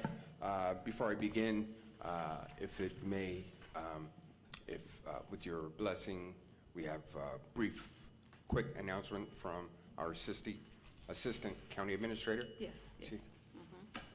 Thank you for indulging this. So one of the announcements got left off the agenda. Keep Douglas County Beautiful will be having the Keep Douglas County Beautiful Earth Day Festival in conjunction with the City of Douglasville, the Douglas County Chamber, WSA, and the Cultural Arts Council this Friday. It'll be in downtown Douglasville from 11 to 1. We've been talking about keeping the county clean, so what they'll be doing is they'll be educating our citizens on how they can get involved and what they can do. It's from 11 to 1. There'll be food trucks, music, community booths. So please come out for Earth Day from 11 to 1 this Friday in downtown Douglasville and support Keep Douglas County Beautiful. Thank you. Thank you. I'll be there. Thank you so much, Assistant County Administrator Stuart Stanley. On Tuesday, as we continue, on Tuesday, April 26th, from 12 noon to 4 p.m., there'll be a free drive-through food distribution event at the Lithia Springs Senior Center, provided by the Atlanta Community Food Bank for Douglas County residents. Again, free drive-through food distribution event on April 26th from 12 noon to 4 p.m. Douglas County government is pleased to announce, as Chairman Jones mentioned, tomorrow is the State of the County, State of Douglas County's address, partnering with Council for Quality Growth and the Douglas County Chamber in the City of Douglasville. This is happening tomorrow, 12 noon, at the Douglasville Conference Center. Everyone from the public will be able to watch live on the Douglas County Happenings Facebook page. District 4 Commissioner Ann Jones-Guider, Commissioner Guider, has a pet vaccination event that she's hosting on April 23rd from 8 a.m. to 2 p.m. at her church, Ephesus Baptist Church in Villa Rica. The event will be offering free vaccines and microchips, but this time no rabies shots. Registration is also not required for this event. One of our most popular events that the Douglas County Board of Commissioners provides each year through the Communications Department and Keep Douglas County Beautiful. It's the Great Douglas County Shredding Event. It's taking place on May 14th. May 14th from 9 a.m. to 12 noon, right here at the courthouse, 8700 Hospital Drive. And that concludes this evening's announcements. I yield back to you, Madam Chair. Okay, thank you so much, Director Rick Martin. Board of Commissioners, do you have any other announcements that you would like to make? Okay. There are no other announcements. Board of Commissioners, this meeting is adjourned, and good night. Thank you,